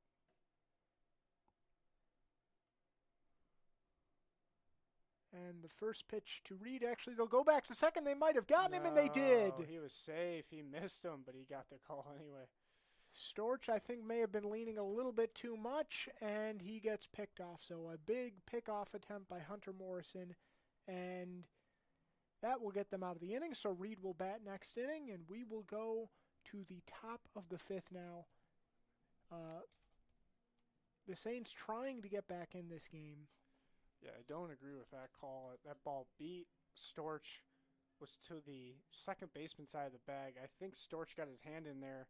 It's always tough when you're an umpire. The ball beats you there. It's a tough one to go against it. So yeah, I thought he was safe, but from up here, we'll defer to the home plate umpire. And thankfully, LTU up 7-2, because if you're Coach Eldridge, runner picked off second base, not going to be too happy about that, as we've seen the Saints try to do that numerous times today, and finally paid off for him as we head to the top of the 5th, 7-2 LTU. You look at this line score here, Travis, just 1 hit for Aquinas against Wichikowski, 5 for LTU, a couple errors on each side of the line score. Yeah, they just haven't been able to do much of anything against Wichikowski. And as he's continuing his fabulous season. And it's going to be, this time we'll get it right, it's going to be Cameron Greener, the 9-hitter, will be leading off for Aquinas. So it'll be 9-1-2 for the Saints. Got some time, but you'd like to see him at least get 1 or 2 here if you're Coach Chris Lamangi, as you're about halfway through the ball game here, and you got to chip away at this 5-run deficit, Travis. Yeah. You know, you're getting into the later stages of this game. You're down 5, you know. If you don't score here, you only got 4 innings to go. So, and especially it's going to be an uphill climb against a tough pitcher like Wichikowski. And the first pitch to Greener is outside, 1-0. And now something to consider, if you're the hitter, you see the shadow starting to come into play, as Wichikowski completely covered in shadow, Greener a little bit in the batter's box, and the lights will come on maybe in the next hour or so, but we're a little past 6:30 here, and those shadows going to come into play maybe for the next half hour before the sun sets, Travis. And the next pitch to Greener is a strike, a big pitch, so that'll make it 2-1. Looks like he kind of gave him the high fastball there. That was just too much to lay off of. And if you're sitting at home, you're wondering what the shadows do. Coming out of the pitcher, he's in the shadows. The hitter has a tougher time picking up the spin. Swing and a miss, so make it 2-2 now. So if you're a pitcher, you're going to maybe go to your off-speed pitches a little more frequently, as the hitter is going to have a tougher time seeing that spin coming out of the shadows in the hand of Wichikowski. And the 2-2 is, couldn't get him to bite on that one, so that'll make it 3-2. Looked like catcher Cam Hardy was nodding his head in agreement. That's what he wanted from Wichikowski, a high fastball, just to change the eye level. And the 3-2 now. Got him on the outside corner. I don't think Greener liked that call very much, but it doesn't matter. It's a strike 3. And that'll bring up Dane Smits, the leadoff man. So top of the lineup now. Smits 0 for 2 with an RBI. Struck out in the first. Trying to find his RBI ground out here. And the first pitch to Smits is on the outside corner for strike 1.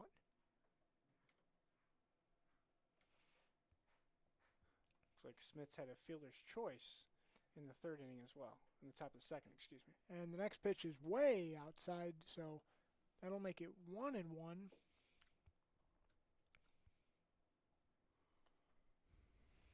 And the 1-1 is fouled off. Wichurkowski just beat him there, 84 miles an hour up and in, and Smits a defensive swing there to even the count. And so it's 1-2 now. Our scoreboard says... excuse me, yeah, 1-2. 1-2.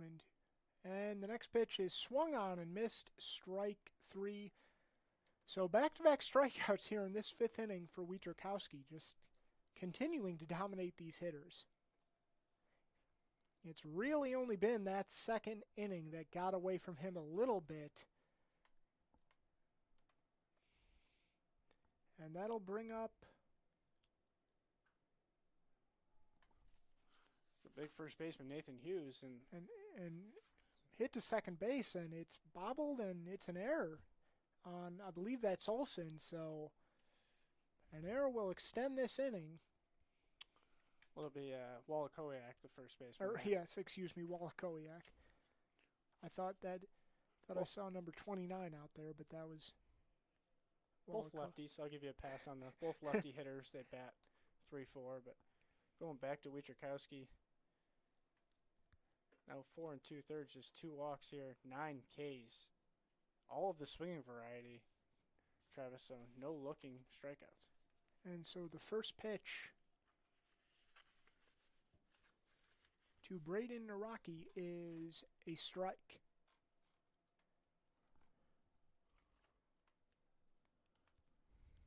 So don't let that error come back to bite you, and Wichurkowski is trying to make sure it's meaningless. The next pitch is fouled off, so it's 0-2.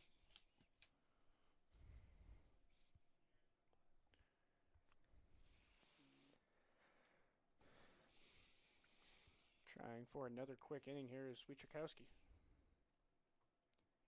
And the 0-2, a little bit outside. So that'll make it 1-2 now on Naraki.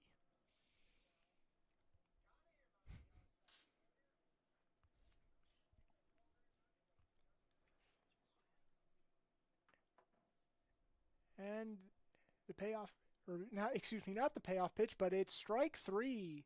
So on the 1-2, he strikes him out, and he strikes out the side, so the error does no harm. And we are going to the bottom of the 5th now. It's still a 7-2 lead for the Blue Devils.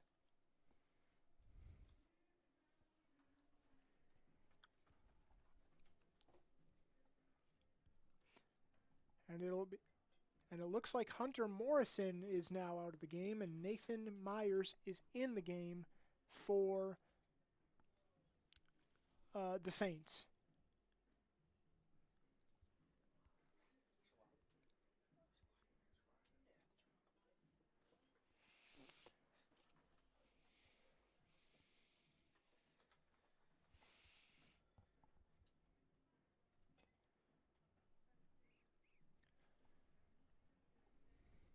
So this dangerous Aquinas offense just hasn't been able to do much of anything against Wichurkowski. And they're running out of outs as we are now in the bottom of the 5th. It's going to be 5-6-7 for the Blue Devils as Storch was picked off second to end the 4th inning, so Trent Reed will get a fresh at bat. And he's 0 for 2, excuse me, RBI and a strikeout.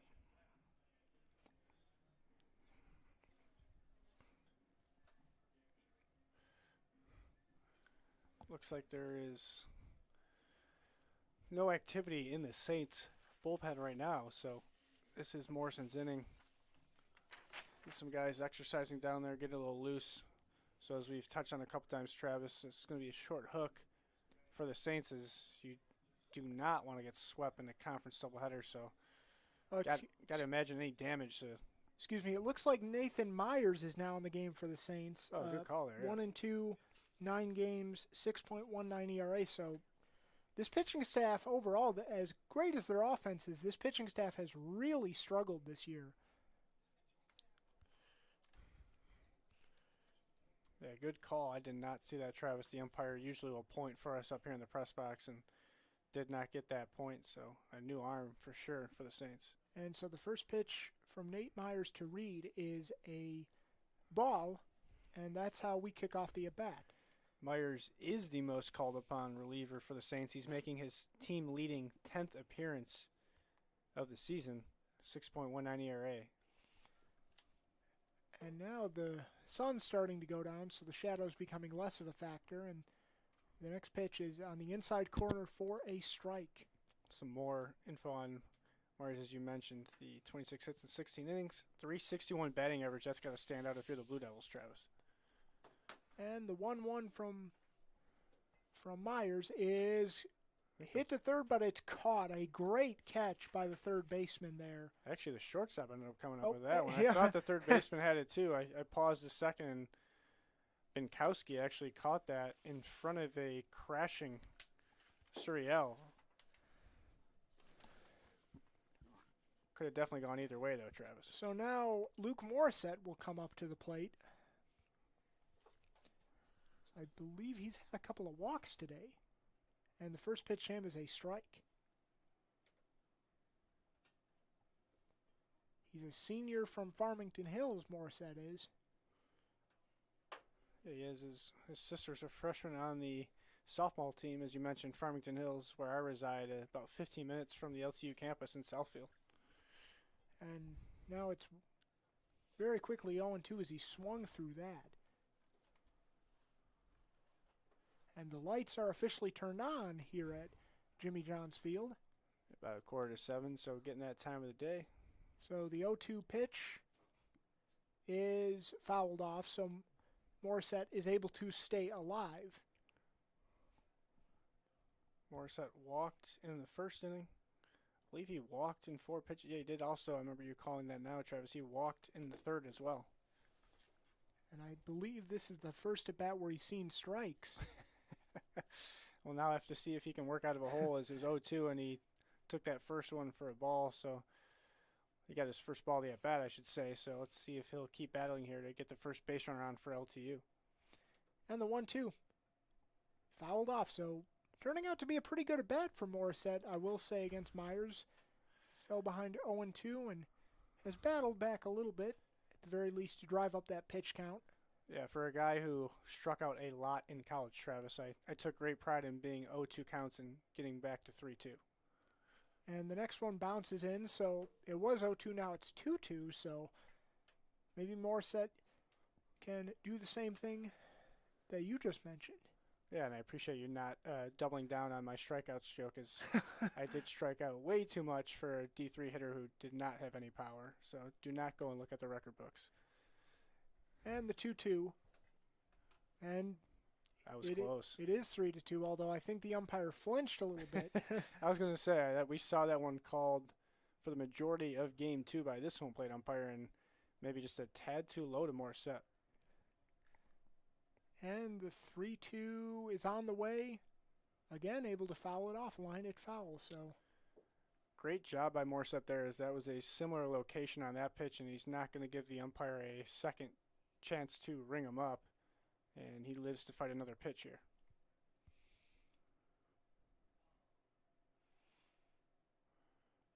And here it is.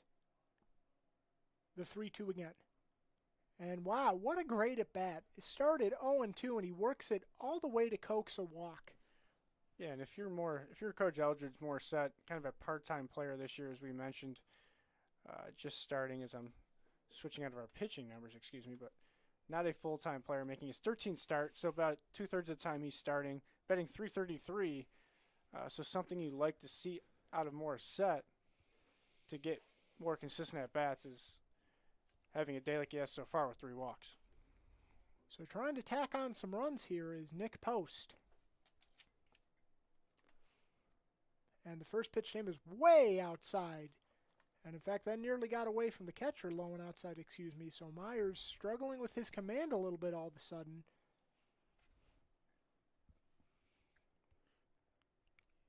Yeah, looking down in Saints, some arm circles, some light tossing in the bullpen as we have a runner on base for LTU.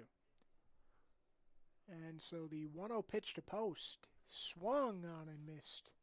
So that'll even the count at 1-1. So Post got hit by a pitch in the first inning, got a single in his other at bat. That came to double to left center in the third. And the next pitch is on the inside corner for strike 2. I can tell from the body language Post may not have liked that call. But so he's in a 1-2 hole. We'll see if he can dig himself out of it like Morissette did earlier this inning, in fact. One batter ago. And in fact, he will throw to first base. Relatively close pickoff attempt, but Morissette was back in there safely.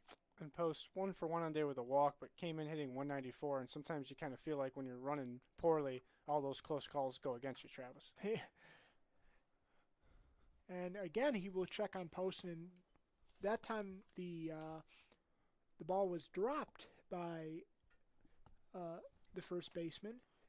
Kind of thrown off by this tactic by the Saints. Morissette just 2 for 5 on the year, 40%. Not a good percentage stealing bases. I know a small sample size, but if you're Aquinas, you almost will take a stolen base from Morissette because you think you can throw him out.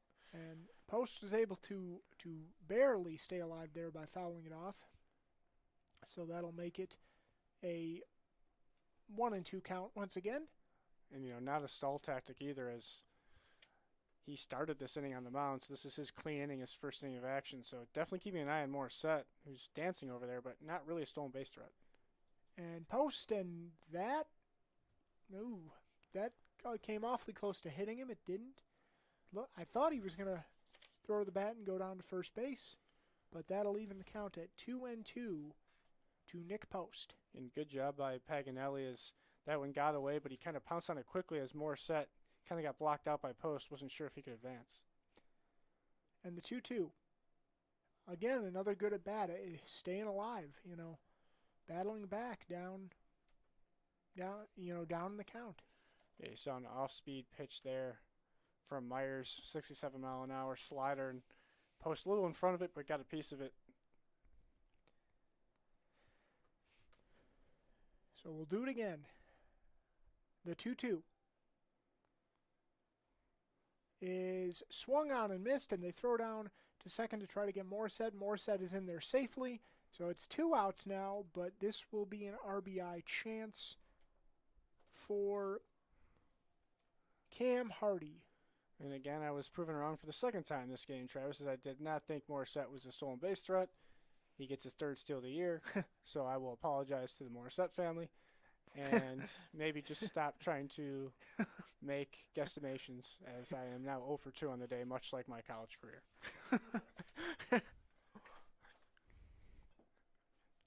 Okay, so Cam Hardy up at the plate.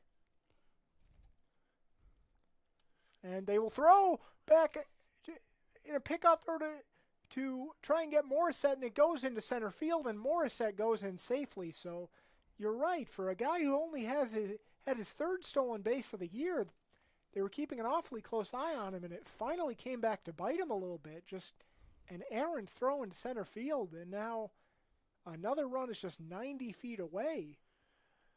Yeah, and that's kind of the speed kills adjective and hurt the Saints there. And this is a ground ball to third base. Wow. Through the third baseman's leg. The shortstop picks it up, throws. Did they get him? And he is safe, so that's an infield single. And another run comes across to score. And that'll make it 8-2 Blue Devils. Nice hustle by Cam Hardy. Yeah, you almost thought that was going to be, as we have a pitch runner here, thought there was going to be an error in the third baseman, but the shortstop almost saved him. And then just not enough, as that ball was hit slow enough for Cam Hardy to beat it out. Catchers not normally known for their speed, but Cam Hardy showed great hustle down that line, and the lead is back up to 6. I'm trying to get a look at that pitch runner number over there. Can't quite make it out.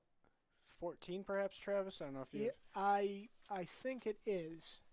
I think it is number 14. Yeah, that's Nick Allen. He's the pitch running specialist for LTU. Used a lot in Florida as a pitch runner. Oh, excuse me, it's number 13. I think, Bancroft's at the plate. I think 14's still the pitch runner, and he's got Oh, a big okay. jump. Oh, man.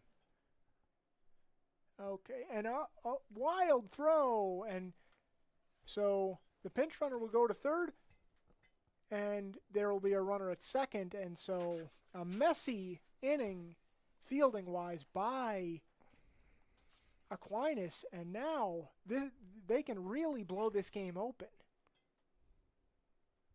Yeah, just a bad throw by the third baseman. And that's Suriel. So this is all unearned. The unearned run already across the plate this inning for LTU. And if you're Myers, you should be sitting on the bench right now. And you got to be frustrated, but still a chance to get out, only letting up 1 run. Looks like we have a pitch hitter here, I believe. Yes, we do. It's going to be number 6. It's Sam DeKuyper at the plate. So let's see if he can drive in another 2 runs. In an 0-1 count, here it is. And inside, it nearly hit him. Again, it looked like he wanted to throw the bat. So it looks like that'll be the end of the day for, I shouldn't say the end of the day, I believe there's a re-entry, but for the top of the order for Nathan Brown, excuse me. And the next pitch is low and inside, so that'll make it 2-1.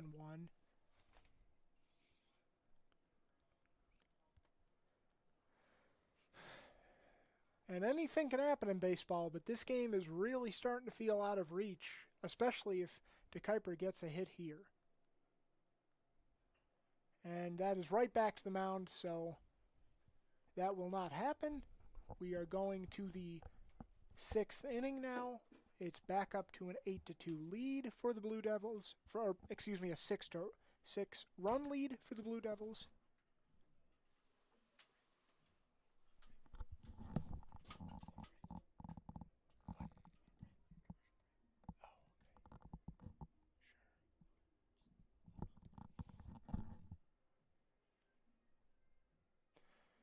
Okay, folks, so we will be going to a commercial break. Right back, 8-2 Blue Devils.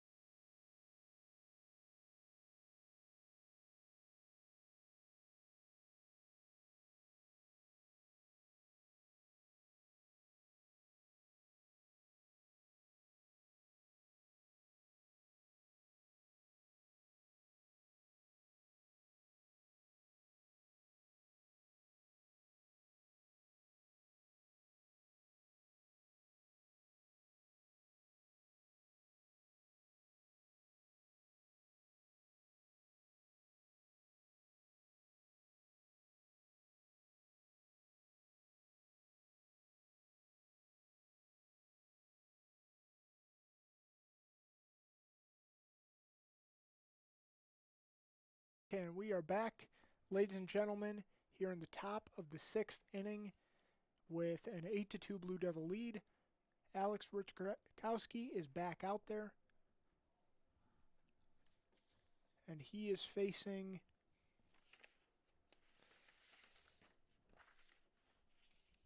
number 11, Nathan Wilcox, as the Saints are running out of outs at this point, down by 6, and the 0-2 pitch is fouled off, so Wilcox is able to stay alive.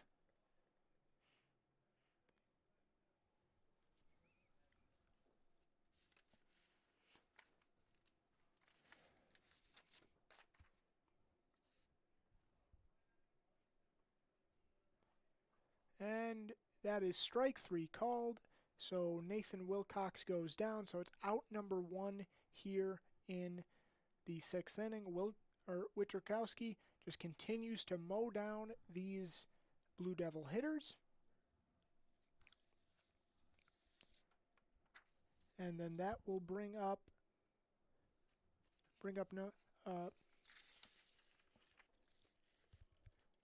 Paganelli, the catcher. And the first pitch to him is ball 1. The Saints just trying to get anything going offensively. Outside of that 2-run second, they just haven't been able to do much, and which is a little bit surprising to me because this is just such a dangerous offense when it's right. But the bats have gone silent today. Both of these teams have dangerous offenses. Although I would say Aquinas is a little bit more consistent. That's a ground ball to short, and he's out. It was close. Paganelli was hustling down the line, but it's out number 2. So again, 2 very quick outs for Witrkowski.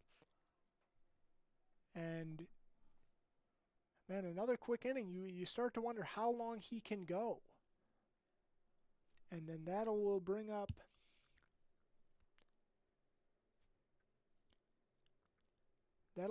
Brendan Brown, number 14, the DH today. Or Braden Brown, excuse me. We've had a little bit of trouble with that name today. First pitch is on the inside corner for a strike.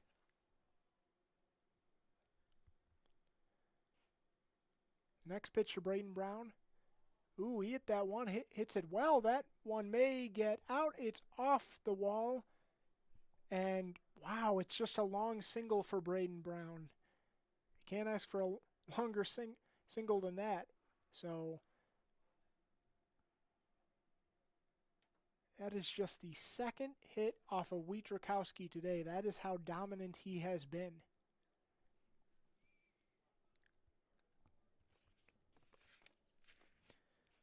And that'll bring up Chris Surreal, trying to get a 2-out rally going for the Saints.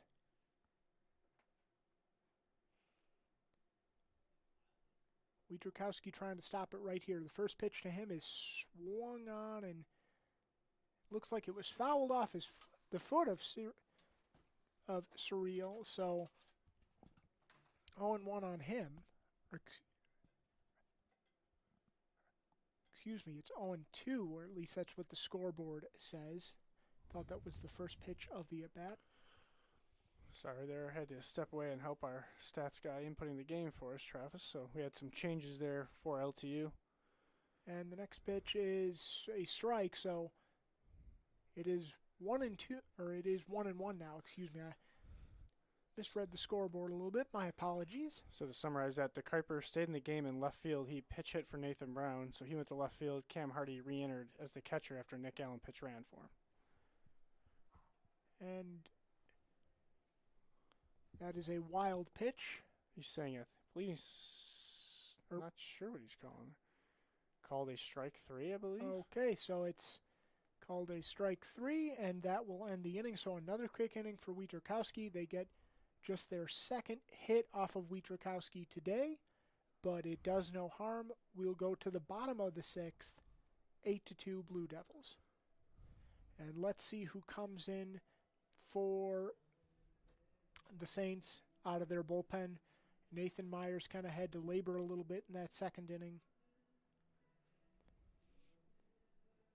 So we'll keep an eye on that. Let's see if Myers comes back out. It does not look like he will. It looks like it's going to be, if I'm not mistaken, that is 37. And it is. It is number 37. Kyle Teachworth. He's going to make his, usually a starter, going to make his 8th appearance. He's made 6 starts on the year, but a little bit surprising they're bringing the starter out of the bullpen, but maybe they just want him to eat some innings, you know. Also, could be a little, we don't know the last time he's worked. I can kind of dig into the Aquinas website here. It looks like he last threw on 322, so it's been a minute, been over a week, through 4 innings against Kelvin. So maybe a situation where ahead of the weekend, he pitches on a Tuesday, he'll get some off days, and then be good to go this weekend to start as well. So yeah, he needs to get some work in, and that's what they're trying to do.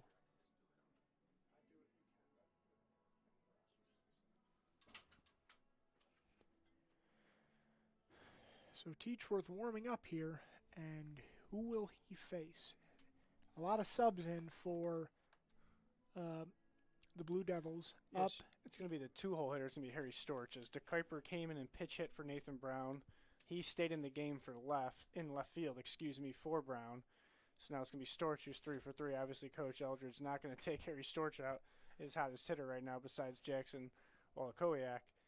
And some defensive changes for Aquinas. We'll get that to you in a minute.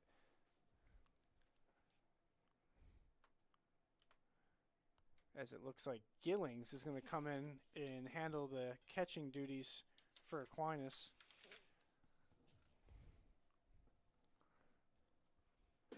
Teachworth came in to pitch, as we mentioned. And then it looks like a Smith's brother is going to come in and play third base. So Storch will lead it off.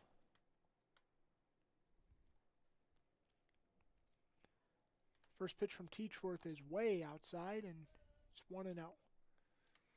Yeah, Teachworth coming on, and numbers for him, as we mentioned, making his 8th appearance, 7.48 ERA, 21 innings, 26 hits, 12 Ks, so not a strikeout threat, Alex. Excuse me, Travis. Alex is another one of our broadcasters.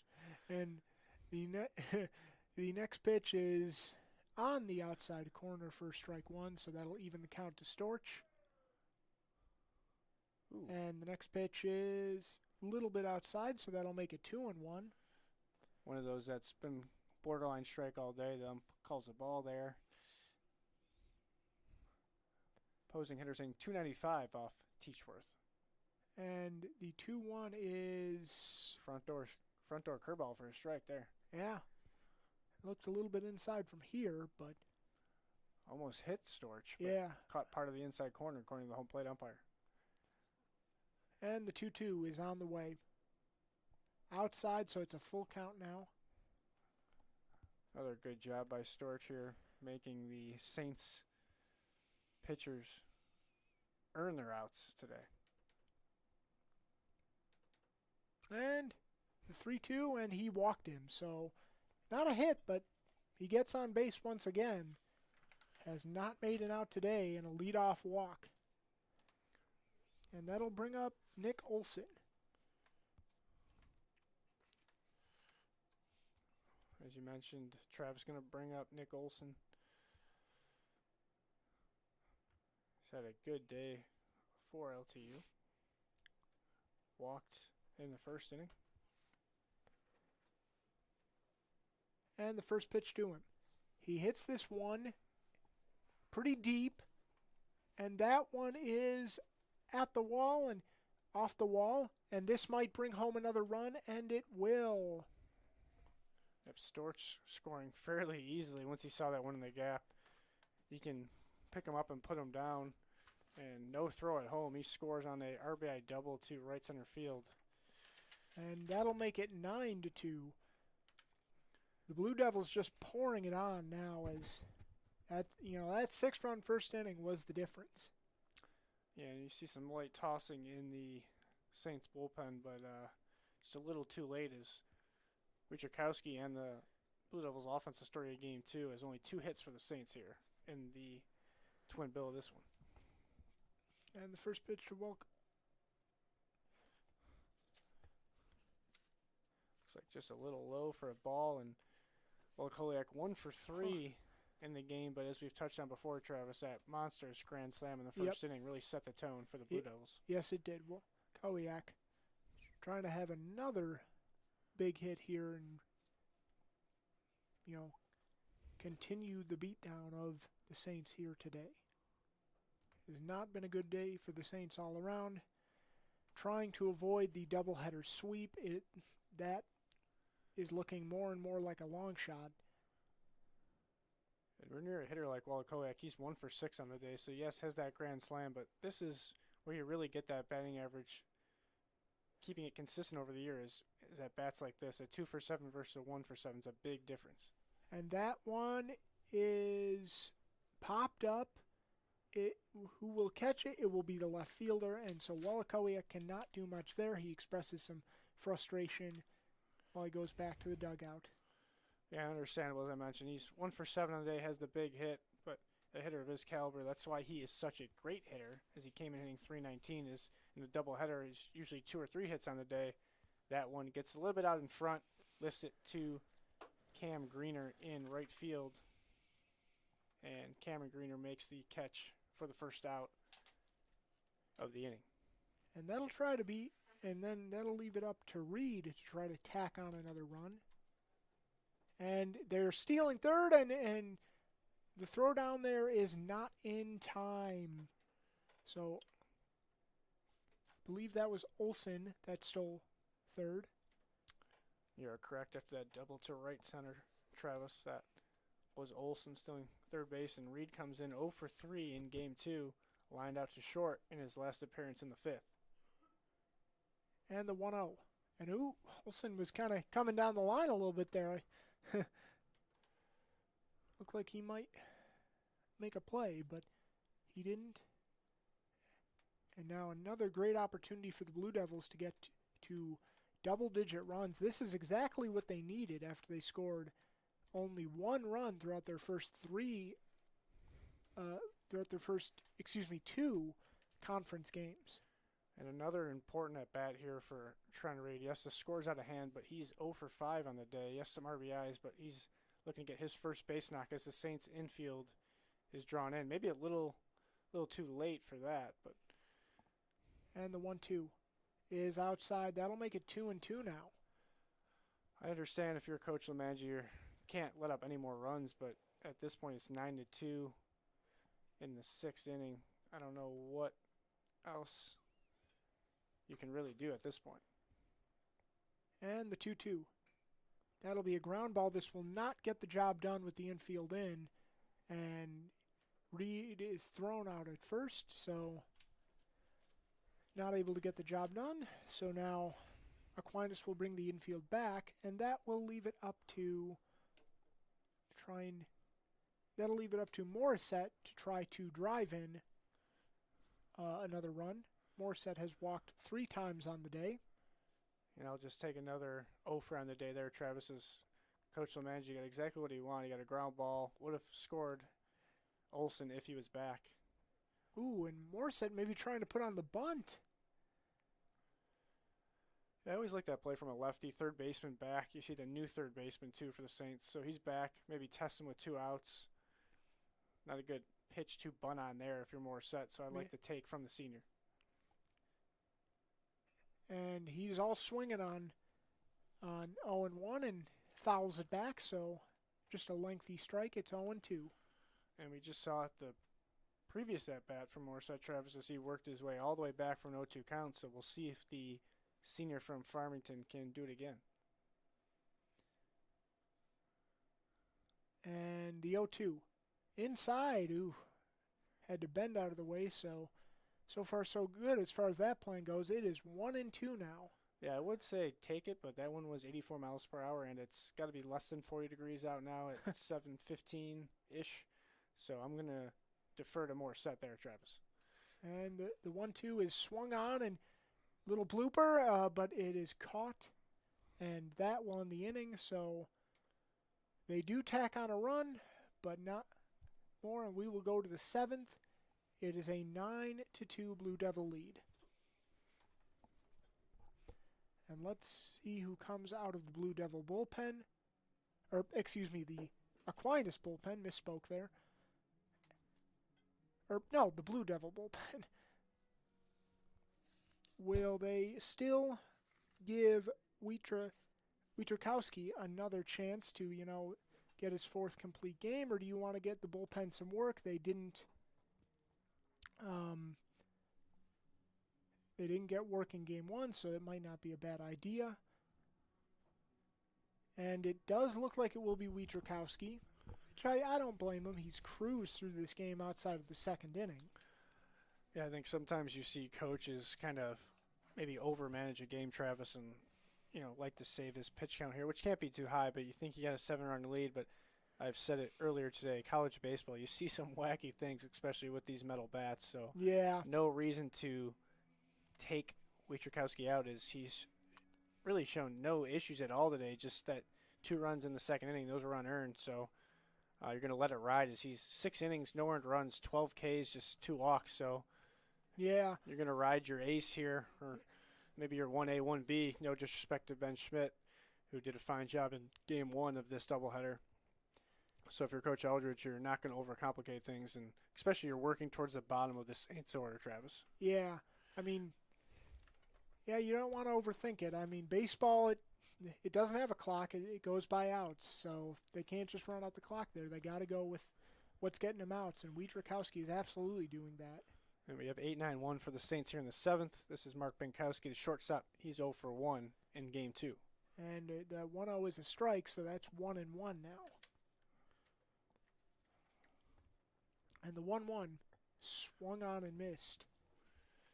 See Binkowski just fooled by that off-speed pitch from the Blue Devils right-hander. And trying to tack on another strikeout. And the 1-2, that is going to drop. A base hit, just the 3rd hit of the day off of Wietrkowski. That'll give Mankowski a single. In a smart play there from the right fielder, as you saw, Nathan Brown maybe could have dove and tried to catch that, as that's Nick Olson shifted over right field. You saw that he could have possibly dove and tried to snag that, Travis, but you don't want to misplay where that gives Binkowski an easy double or triple when you're up 9-2. So I think a veteran play there from Olson, the right fielder. And so we're in the 9 spot here with looks like a pinch hitter. Grant Martin, I believe it is. Yep, Grant Martin. I'll get you some info on him, Travis, as Grant Martin steps up to the plate. Wietrkowski delivers the 0-1 pitch, and that is a strike, so very quickly ahead, 0-2. And Grant Martin making his 27th appearance, part-time starter for the Saints. 14 starts on the year, hitting just .208 on the season. And the 0-2 pitch. Oh, yes. And he makes quick work of Grant Martin, so comes back with the strikeout after the single. Got to think Martin was guessing there on the off-speed pitches, as Wietrkowski threw him the old number 1, and Martin did not even flinch and just put his head down and walked back to the dugout as first out of the inning. And his 13th strikeout of the game for Wietrkowski. And that'll bring up Dane Smits. So we're at the top of the order now, and the first pitch swinging, and it is out into left field and caught it barely into fair territory. So 2 very quick outs, and that will bring up the number 2 hitter, Nathan Hughes. So very quick at bat for Smits, and let's see if Hughes can capitalize on that one out or nobody out single, off of Wietrkowski. Yeah, Nathan Hughes 0 for 3 in this game. Went 0 for 2 in game 1, so he's searching for his first hit of the doubleheader, and he's one of the Saints' better hitters as he came in to game 2 hitting .354 on the year. And the first pitch to him is a strike on the outside corner, 0-1. And the next pitch is a little bit inside. It's 78 miles an hour, make it 1-1. So maybe see Wietrkowski showing some signs of fatigue. Could have been an off-speed pitch, but probably was. You see him at 84 today, but kind of watch his velo here in the later innings of this one. And the 1-1.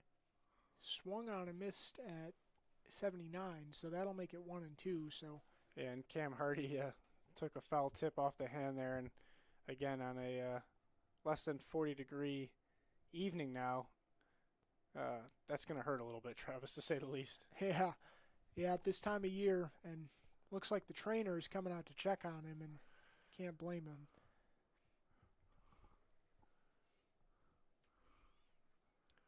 Being a catcher is a very tough and physical part of the game, and I couldn't imagine doing it.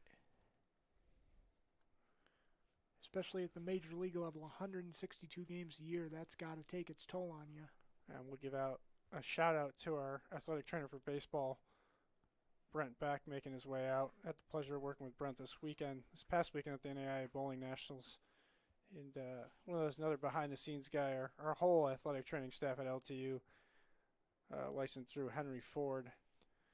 Give a big shout-out to them behind the scenes, before the game, after the game, during the game. Some people you don't see, but very important part of the LTU athletic department is they keep all of our student-athletes healthy, both in-season and out-of-season, Travis.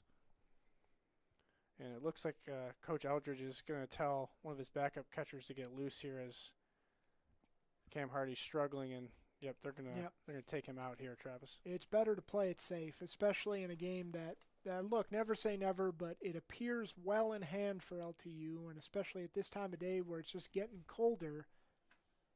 You just want to play it safe, and looks like they're bringing Jason Earhart back in. I believe the catcher from Game 1. It is number 10, Jason Earhart.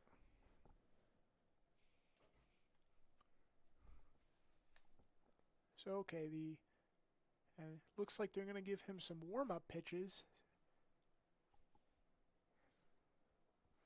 Yeah, that's pretty common. You'll see that. He hasn't caught Wietrzykowski today. He's caught him during the year, obviously, but just want to make sure Jason's used to the velo and used to the light at this time of the evening. It's a good point. It's a very good point. Surprised he did not walk out there to get the signs on the same page, as there is a runner on second. But as I mentioned, he's worked with Wietrzykowski this year, and an upperclassman, probably pretty confident on what signs they're going with. So it's 2-2 now. Runner on second.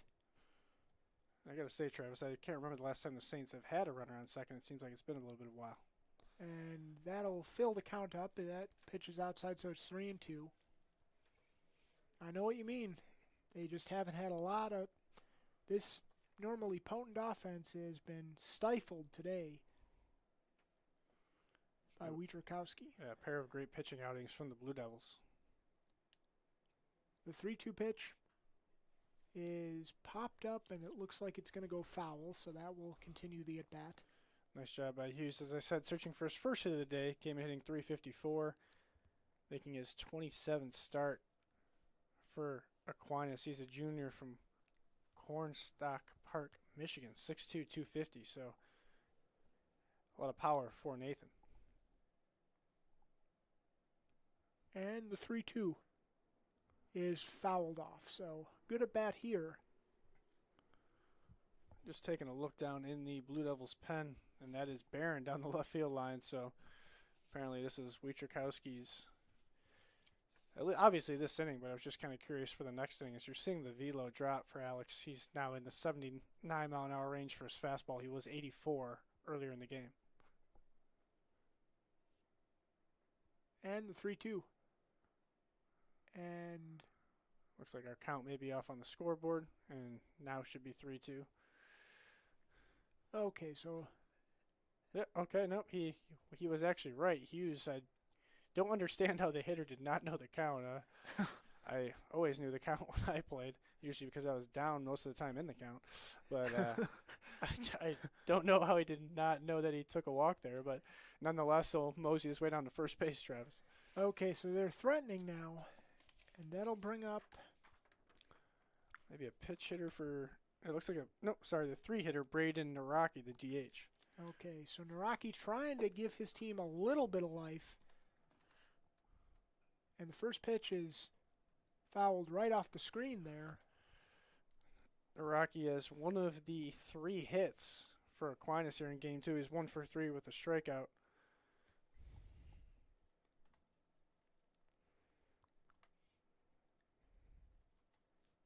Rocky from Grand Rapids, right where Aquinas is located.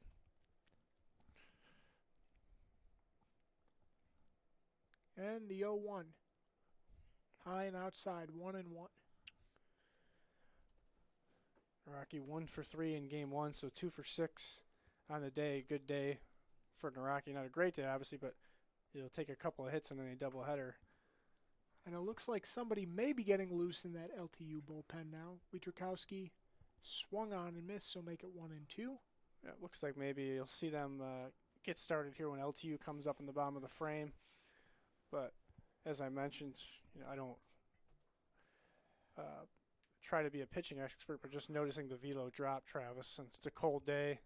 A lot of strikeouts for Wietrkowski. The game pretty much in hand in the later stages.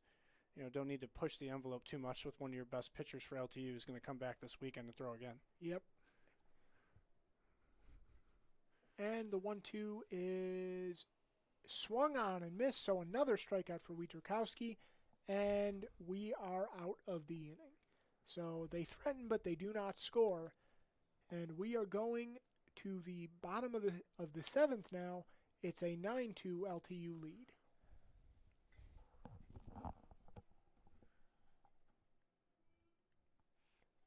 And so I'll be curious to see what pitcher comes in for Aquinas now.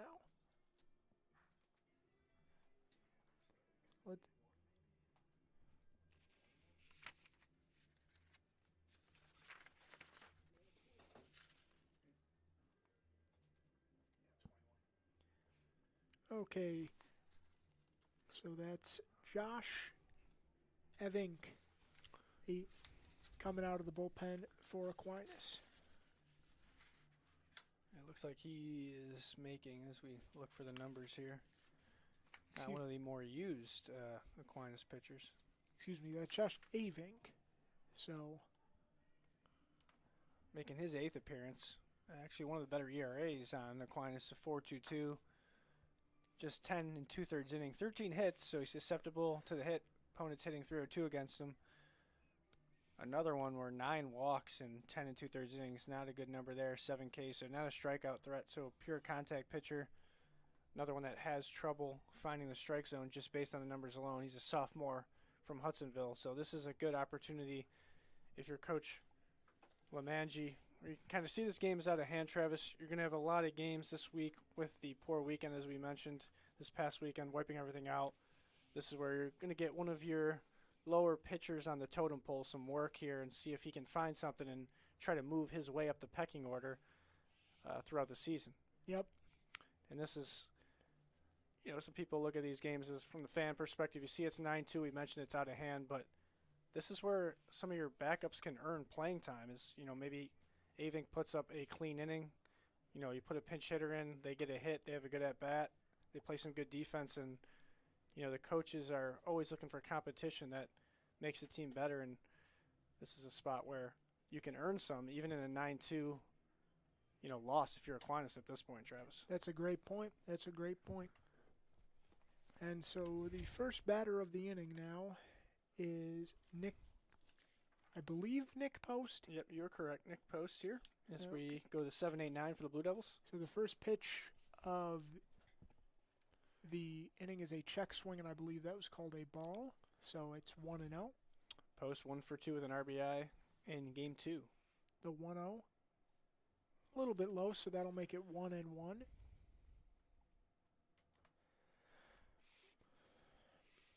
Post having a good Game 2, as we mentioned. Yeah, 1 for 3 in Game 1, so 2-hit day for Post. Oh, and the 1-1 looked like it was fouled off the mask of the catcher, and he hopped a little bit, so that maybe didn't feel good, especially in this cold weather. Post, another Grosse Pointe native. There's 3 or 4 on this LT roster. The shortstop, Benichevsky. Also Wallachowicz, so Grosse Pointe not just on the roster, but making an impact for the Blue Devils, Travis. And that next pitch was low at 2-2. So Count even. The 2-2 pitch. Ooh, yeah, just missed. Just missed. I thought the umpire might ring him up there, but it's 3-2. And nobody getting loose in that Blue Devils bullpen, so it looks like Wojciechowski going to come back out for the 8th. A little bit surprising considering his low velo that you noted last inning, and that's ball 4, so Nick Post starts off the inning with a walk. Looks like now that'll bring up, should be Earhart, I believe, in Hardy's spot. Yep. Hardy left the game with an injury after taking a foul ball. Obviously, we hope he's doing okay. Just as we mentioned, some cold weather, and probably didn't feel the best, and get some ice on that early as Earhart went 0 for 1 in the first game of this doubleheader. Let's see if he can do some damage.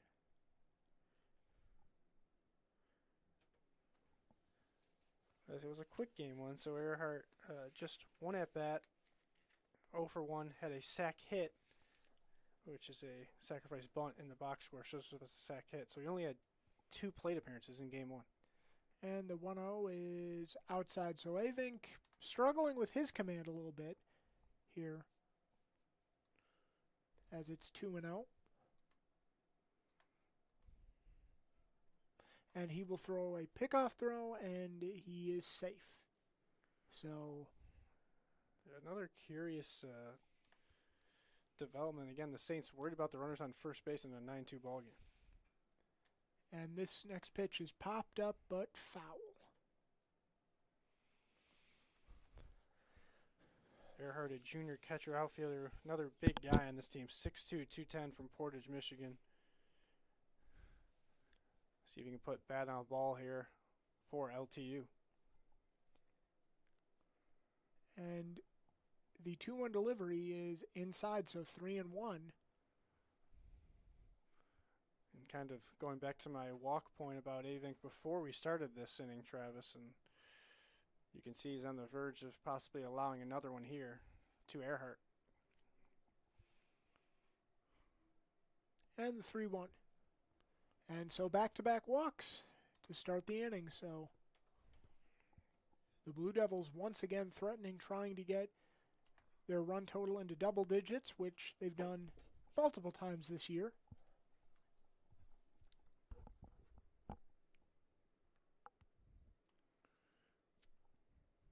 And we'll see if there's some activity in the, yep, there is some light tossing in the Saints pen. And that'll bring up Trent Reed, who struggled today.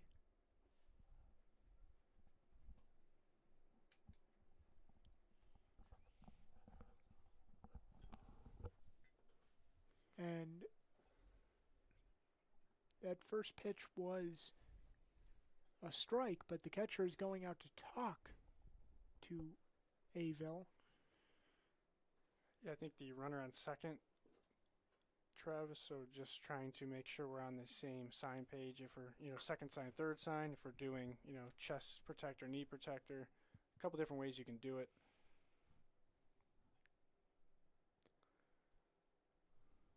And so Avil is set, and the 0-1 is swung on and missed. Make that 0-2.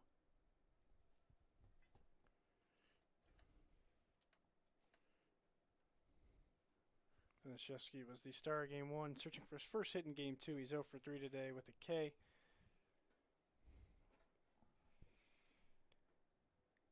And the next pitch is outside.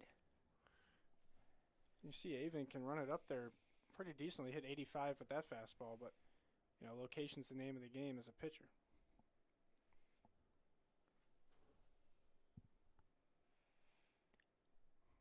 And the 1-2 is fouled off, so that will make it still 1-2. Good job of Vanashevsky staying alive there.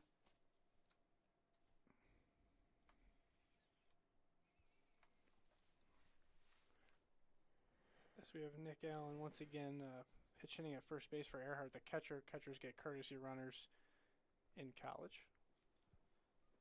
And Avil will throw back to second, and the runner is in there easily. So Avil trying to get this first out of the inning.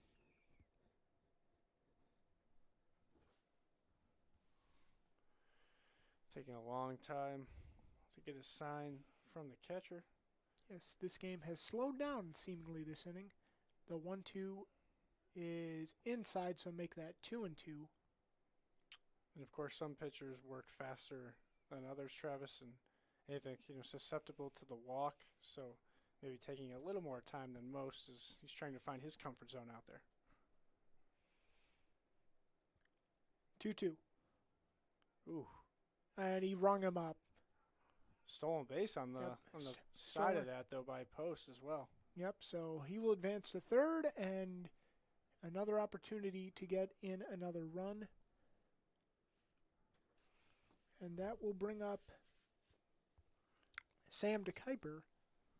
Yep, so DeKuyper came in. He pitch hit for Nathan Brown, I'll say back in the 5th inning. And he's 0 for 1 in this ball game. And Avink immediately throws to first to try to get the pickoff. DeKuyper ended the 5th inning. He grounded out to the pitcher. And the first pitch from Avink is up high, 1-0. Get you some info on DeKuyper as he had a short at bat last time. He's making his 7th appearance of the year, just 1 for 7, now 1 for 8. Looks like being used as more of a defensive specialist for Coach Eldridge Jr. from Grand, Michigan, Traverse City area.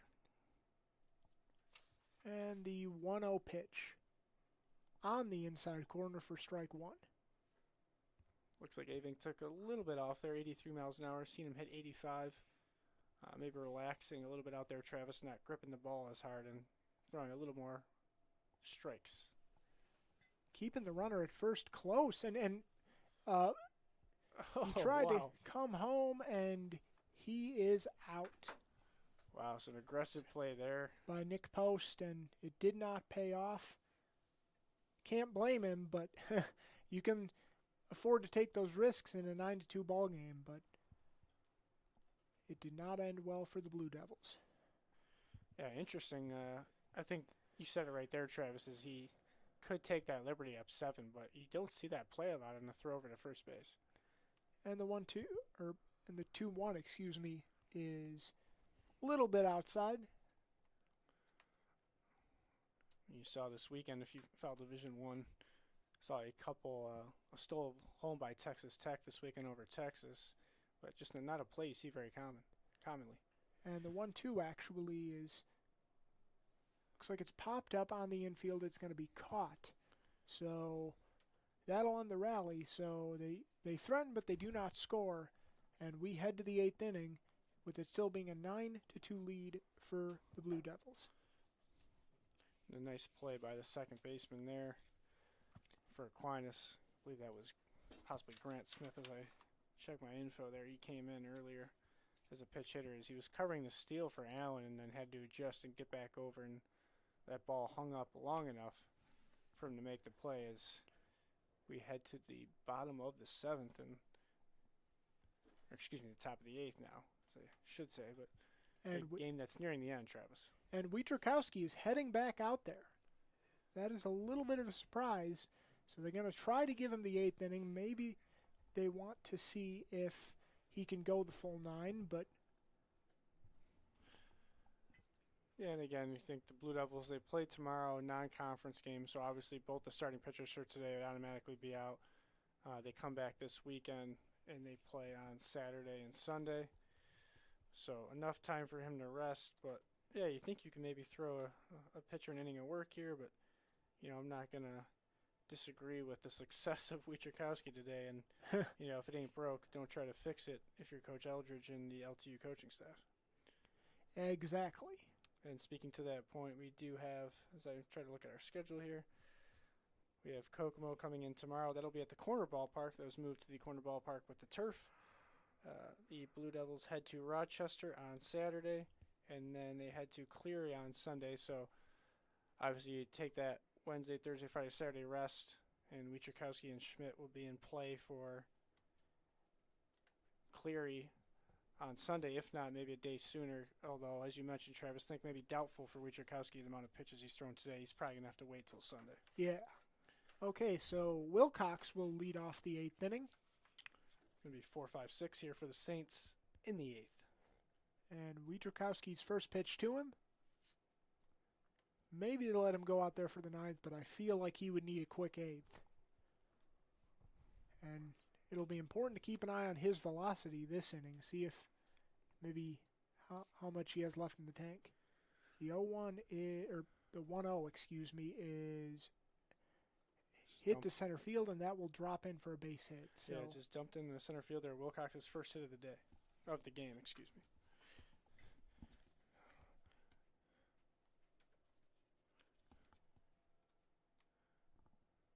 Now this will bring in Ryan Gillings. He came in to catch a couple innings ago, and this will be his first plate appearance of the day. So Ryan Gillings to the plate, and first pitch is a strike on the outside corner to Gillings. The background on Gillings, he's making his 16th appearance. He started 11 games for the Saints, batting .200, 6 for 30. The 0-1 on the inside corner, still only at 78 though, so yeah, as we mentioned, the velo dipping for Wietrzykowski, but that's how you really test how good a pitcher is, if he's command his other pitches when his velo dips a little bit. And that one's back up. Yeah, that looked close. It's 1-2 now on Gillings. And he reared back, and that one hit 85 on the gun, Travis, so he's got a little bit left there. He was trying to get the strikeout pitch. And the 1-2 fouled off. Gillings, a 5'10" sophomore from Muskegon, Michigan. So another opportunity for, as I mentioned earlier, one of these, part-time players, if you will, making 11 starts on the year for him to earn more playing time. And the 1-2 will do it again. Got him, strike 3. Yet another strikeout for Wietrzykowski. Gillings seemingly had a couple of words for the umpire, but he's rung up, and that's the first out of the inning, and that will bring up Joseph Kelly. So it appears that we have another pinch hitter. Yeah, we have a pitch hitter. Pitch hitter for the Saints, number 25. And that is Joseph Kelly. So looks like Aquinas is emptying their bench. Yep, Kelly just making his 14th appearance of the year. He's hitting 188, just 3 for 16. And Wietrzykowski fires a strike on the outside corner. Kelly, a sophomore from Rockford, Michigan, and a big guy, 6'3", 210. So if he gets a hold of one, look out. And the 0-1 is a strike. So Wietrzykowski, that velocity is down, but he's continuing to fire strikes in the strike zone. Kelly looks like he's susceptible to strikeout, as 9 strikeouts in about 25 plate appearances this year. So another percentage that in that 25% range is a little bit alarming, but again, a young hitter. So still trying to adjust to the college level as a sophomore. And the last pitch was outside, so 1-2, and then the 1-2 pitch is swung on and missed. Yet another strikeout for Wietrzykowski. He's got it all working today, even without the velocity. Yeah, Wietrzykowski, that was his 15th strikeout. Excuse me, 16th, as our live stats just updated, and another pitch hitter for Aquinas. I think it's the Smiths brother here coming in, number 30. Goodness, 16 strikeouts. So that's probably Coach Eldridge's answer to why he has not taken out Wietrzykowski yet. And actually, this is a pitch hitter. It's our live stats just updated. This is Coopery. Yep, Coopery. First pitch is fouled off. So in an 0-1 hole. Coopery just 1 for 15 on the season, .067, and this is something you like to see from a coach as he tries to get these guys in the game. This is a junior from Parma, Italy, actually, but you just like to see these bench players get some playing time in these games that are kind of already decided, Travis. And the 1-1 is swung on and missed 1 and 2. Are we about to see strikeout number 17? And give credit to Cooper there. He's not getting cheated. He got a chance to step up to the plate, and he's letting it rip, Travis. He's gonna get his full cuts here against Wojciechowski. Big hacks, as we used to call it. And the 1-2 is strike number 3, and that is strikeout number 17. And the single does no harm. We'll have to look at the record books. I know he had an outing in Florida where he ran it up to about 16 or 17 Ks, so bear with me a second as I look up that information. So we will go to the bottom of the 8th inning in a 9-2 game. Blue Devils firmly in control, trying to just close this one out. Yeah, Ben Wojciechowski did hit 17 in a 9-inning complete game against Dort back on March 5th. That was the beginning of the spring break trip for LTU, so he's just one away from breaking that record. And it looks like Tyler Zommerly is going to come on for the Saints for the bottom of the 8th. So once again, just trying to clear their bullpen, use all they can, just trying to get some of the young pitchers some work, trying to get some guys that don't get a lot of work in, try to get them some work. And yeah, and as you mentioned, Travis Zommerly, a 6'3", 190 sophomore from Dorr, Michigan. He's making his just 6th appearance on the year with a 12 ERA. Obviously, that's in some, well, I was going to say limited action, but 12 innings, 21 hits, 16 earned runs, just 8 strikeouts. So I think you said it perfectly, Travis. Just an opportunity for him to get some work, as this will be a long week for the Saints as well. It looks like there is some stirring in that Blue Devils bullpen, though, so that might be the end of the day for Wojciechowski. Yeah, you got to imagine that pitch count is pushing a hundo if it's not 100 already. I mean, we don't have the pitch tracker that the coaches have in the dugout with them, but got to believe that it's run up there a little bit. And as you mentioned, for Zommerly, for Aquinas, they're scheduled to play tomorrow, just a single 9 against Kelvin. Then they have their Saturday and Sunday. The WAC is a Saturday and Sunday conference doubleheader league, so not only a chance for some lesser used arms to get some work, Travis, but also protect your arms that, if you're Coach Lemangi, you're looking to win some ball games this weekend in conference after dropping a pair today. Okay. Looks So like Storch. Zomberly at the mound, or on the mound, excuse me. And the first pitch is a ball. Trying to see that number, I believe. It's going to be Harry Storch, our 2-hitter. He's 3 for 3 with a walk in Harry this Storch, game too. still in the game. 3 singles. In fact, he hasn't made an out today, as you said. 3 hits, 3 singles, and a walk. So let's see if he can kind of have a perfect day in his own way. Get on base in every at-bat. The 1-1 is on the way. It's outside. Yeah, and what a game for Storch. As I said, 0 for 3 in the first game, 3 for 3 in this game. So, 3 for 6 with a walk today. And any hitter will take that in a doubleheader, Travis.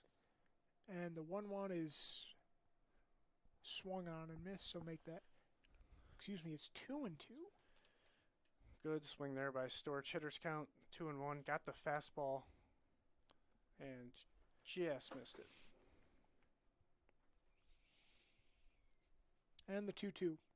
Swung on and missed, so it will not be a perfect day for Storch, but still a great day for him. 3 singles and a walk. First out of the bottom of the 8th. Yeah, and give credit to Zommerly as not a strikeout pitcher, just 8 strikeouts in 12 innings, but threw a little slider there, 74 miles an hour, and got Storch out in front. And that'll bring up Olson, and he swings and misses. Yeah, big swing by Olson. He's 1 for 2 here in Game 2 with an RBI. And the 0-1 is a little bit inside, so make that 1-1. Olson came into game 2 hitting .448, by far the Blue Devils' best hitter on the average-wise on the year by 100 points.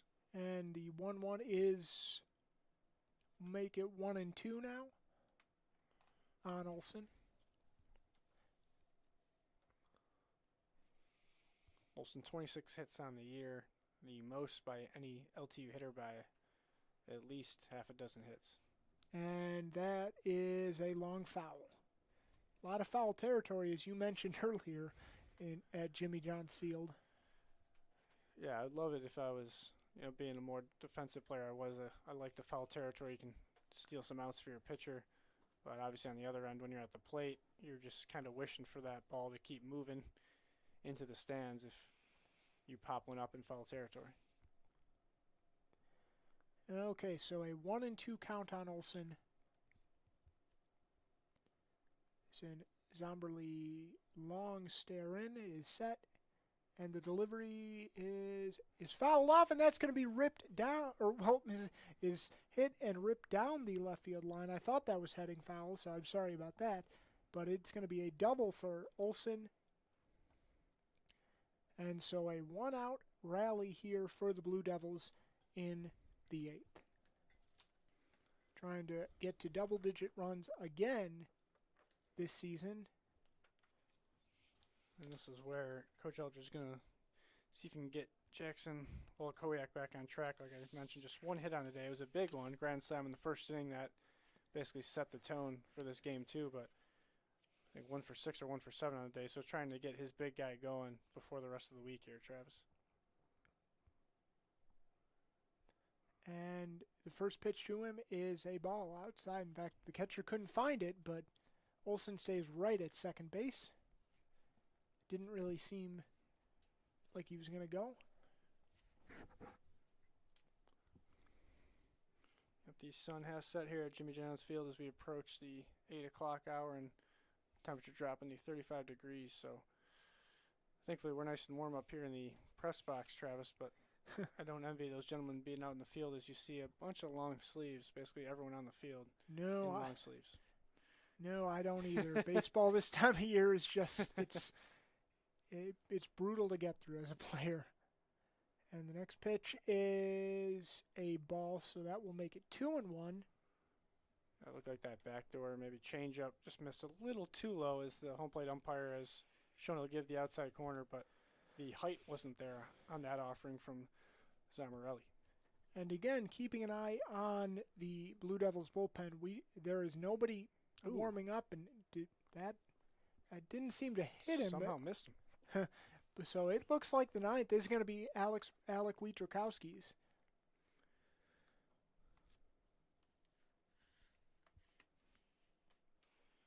Yeah, and that's going to move, I believe that is Olson up to, yes, Olson up to third base.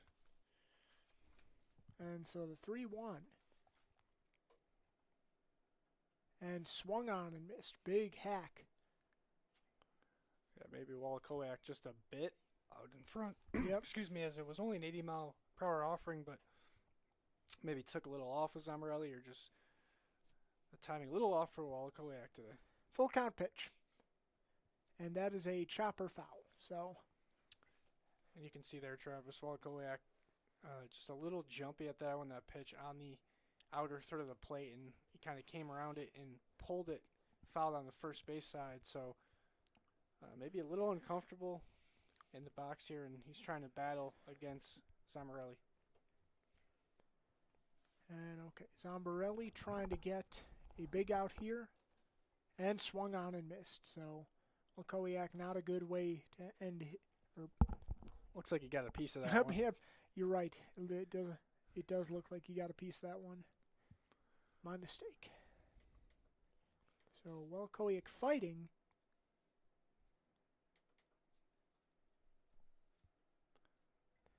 And the full count pitch, and that is going to be a ground ball to second base. That's going to score a run. Wolakowiak is out, but gets another RBI.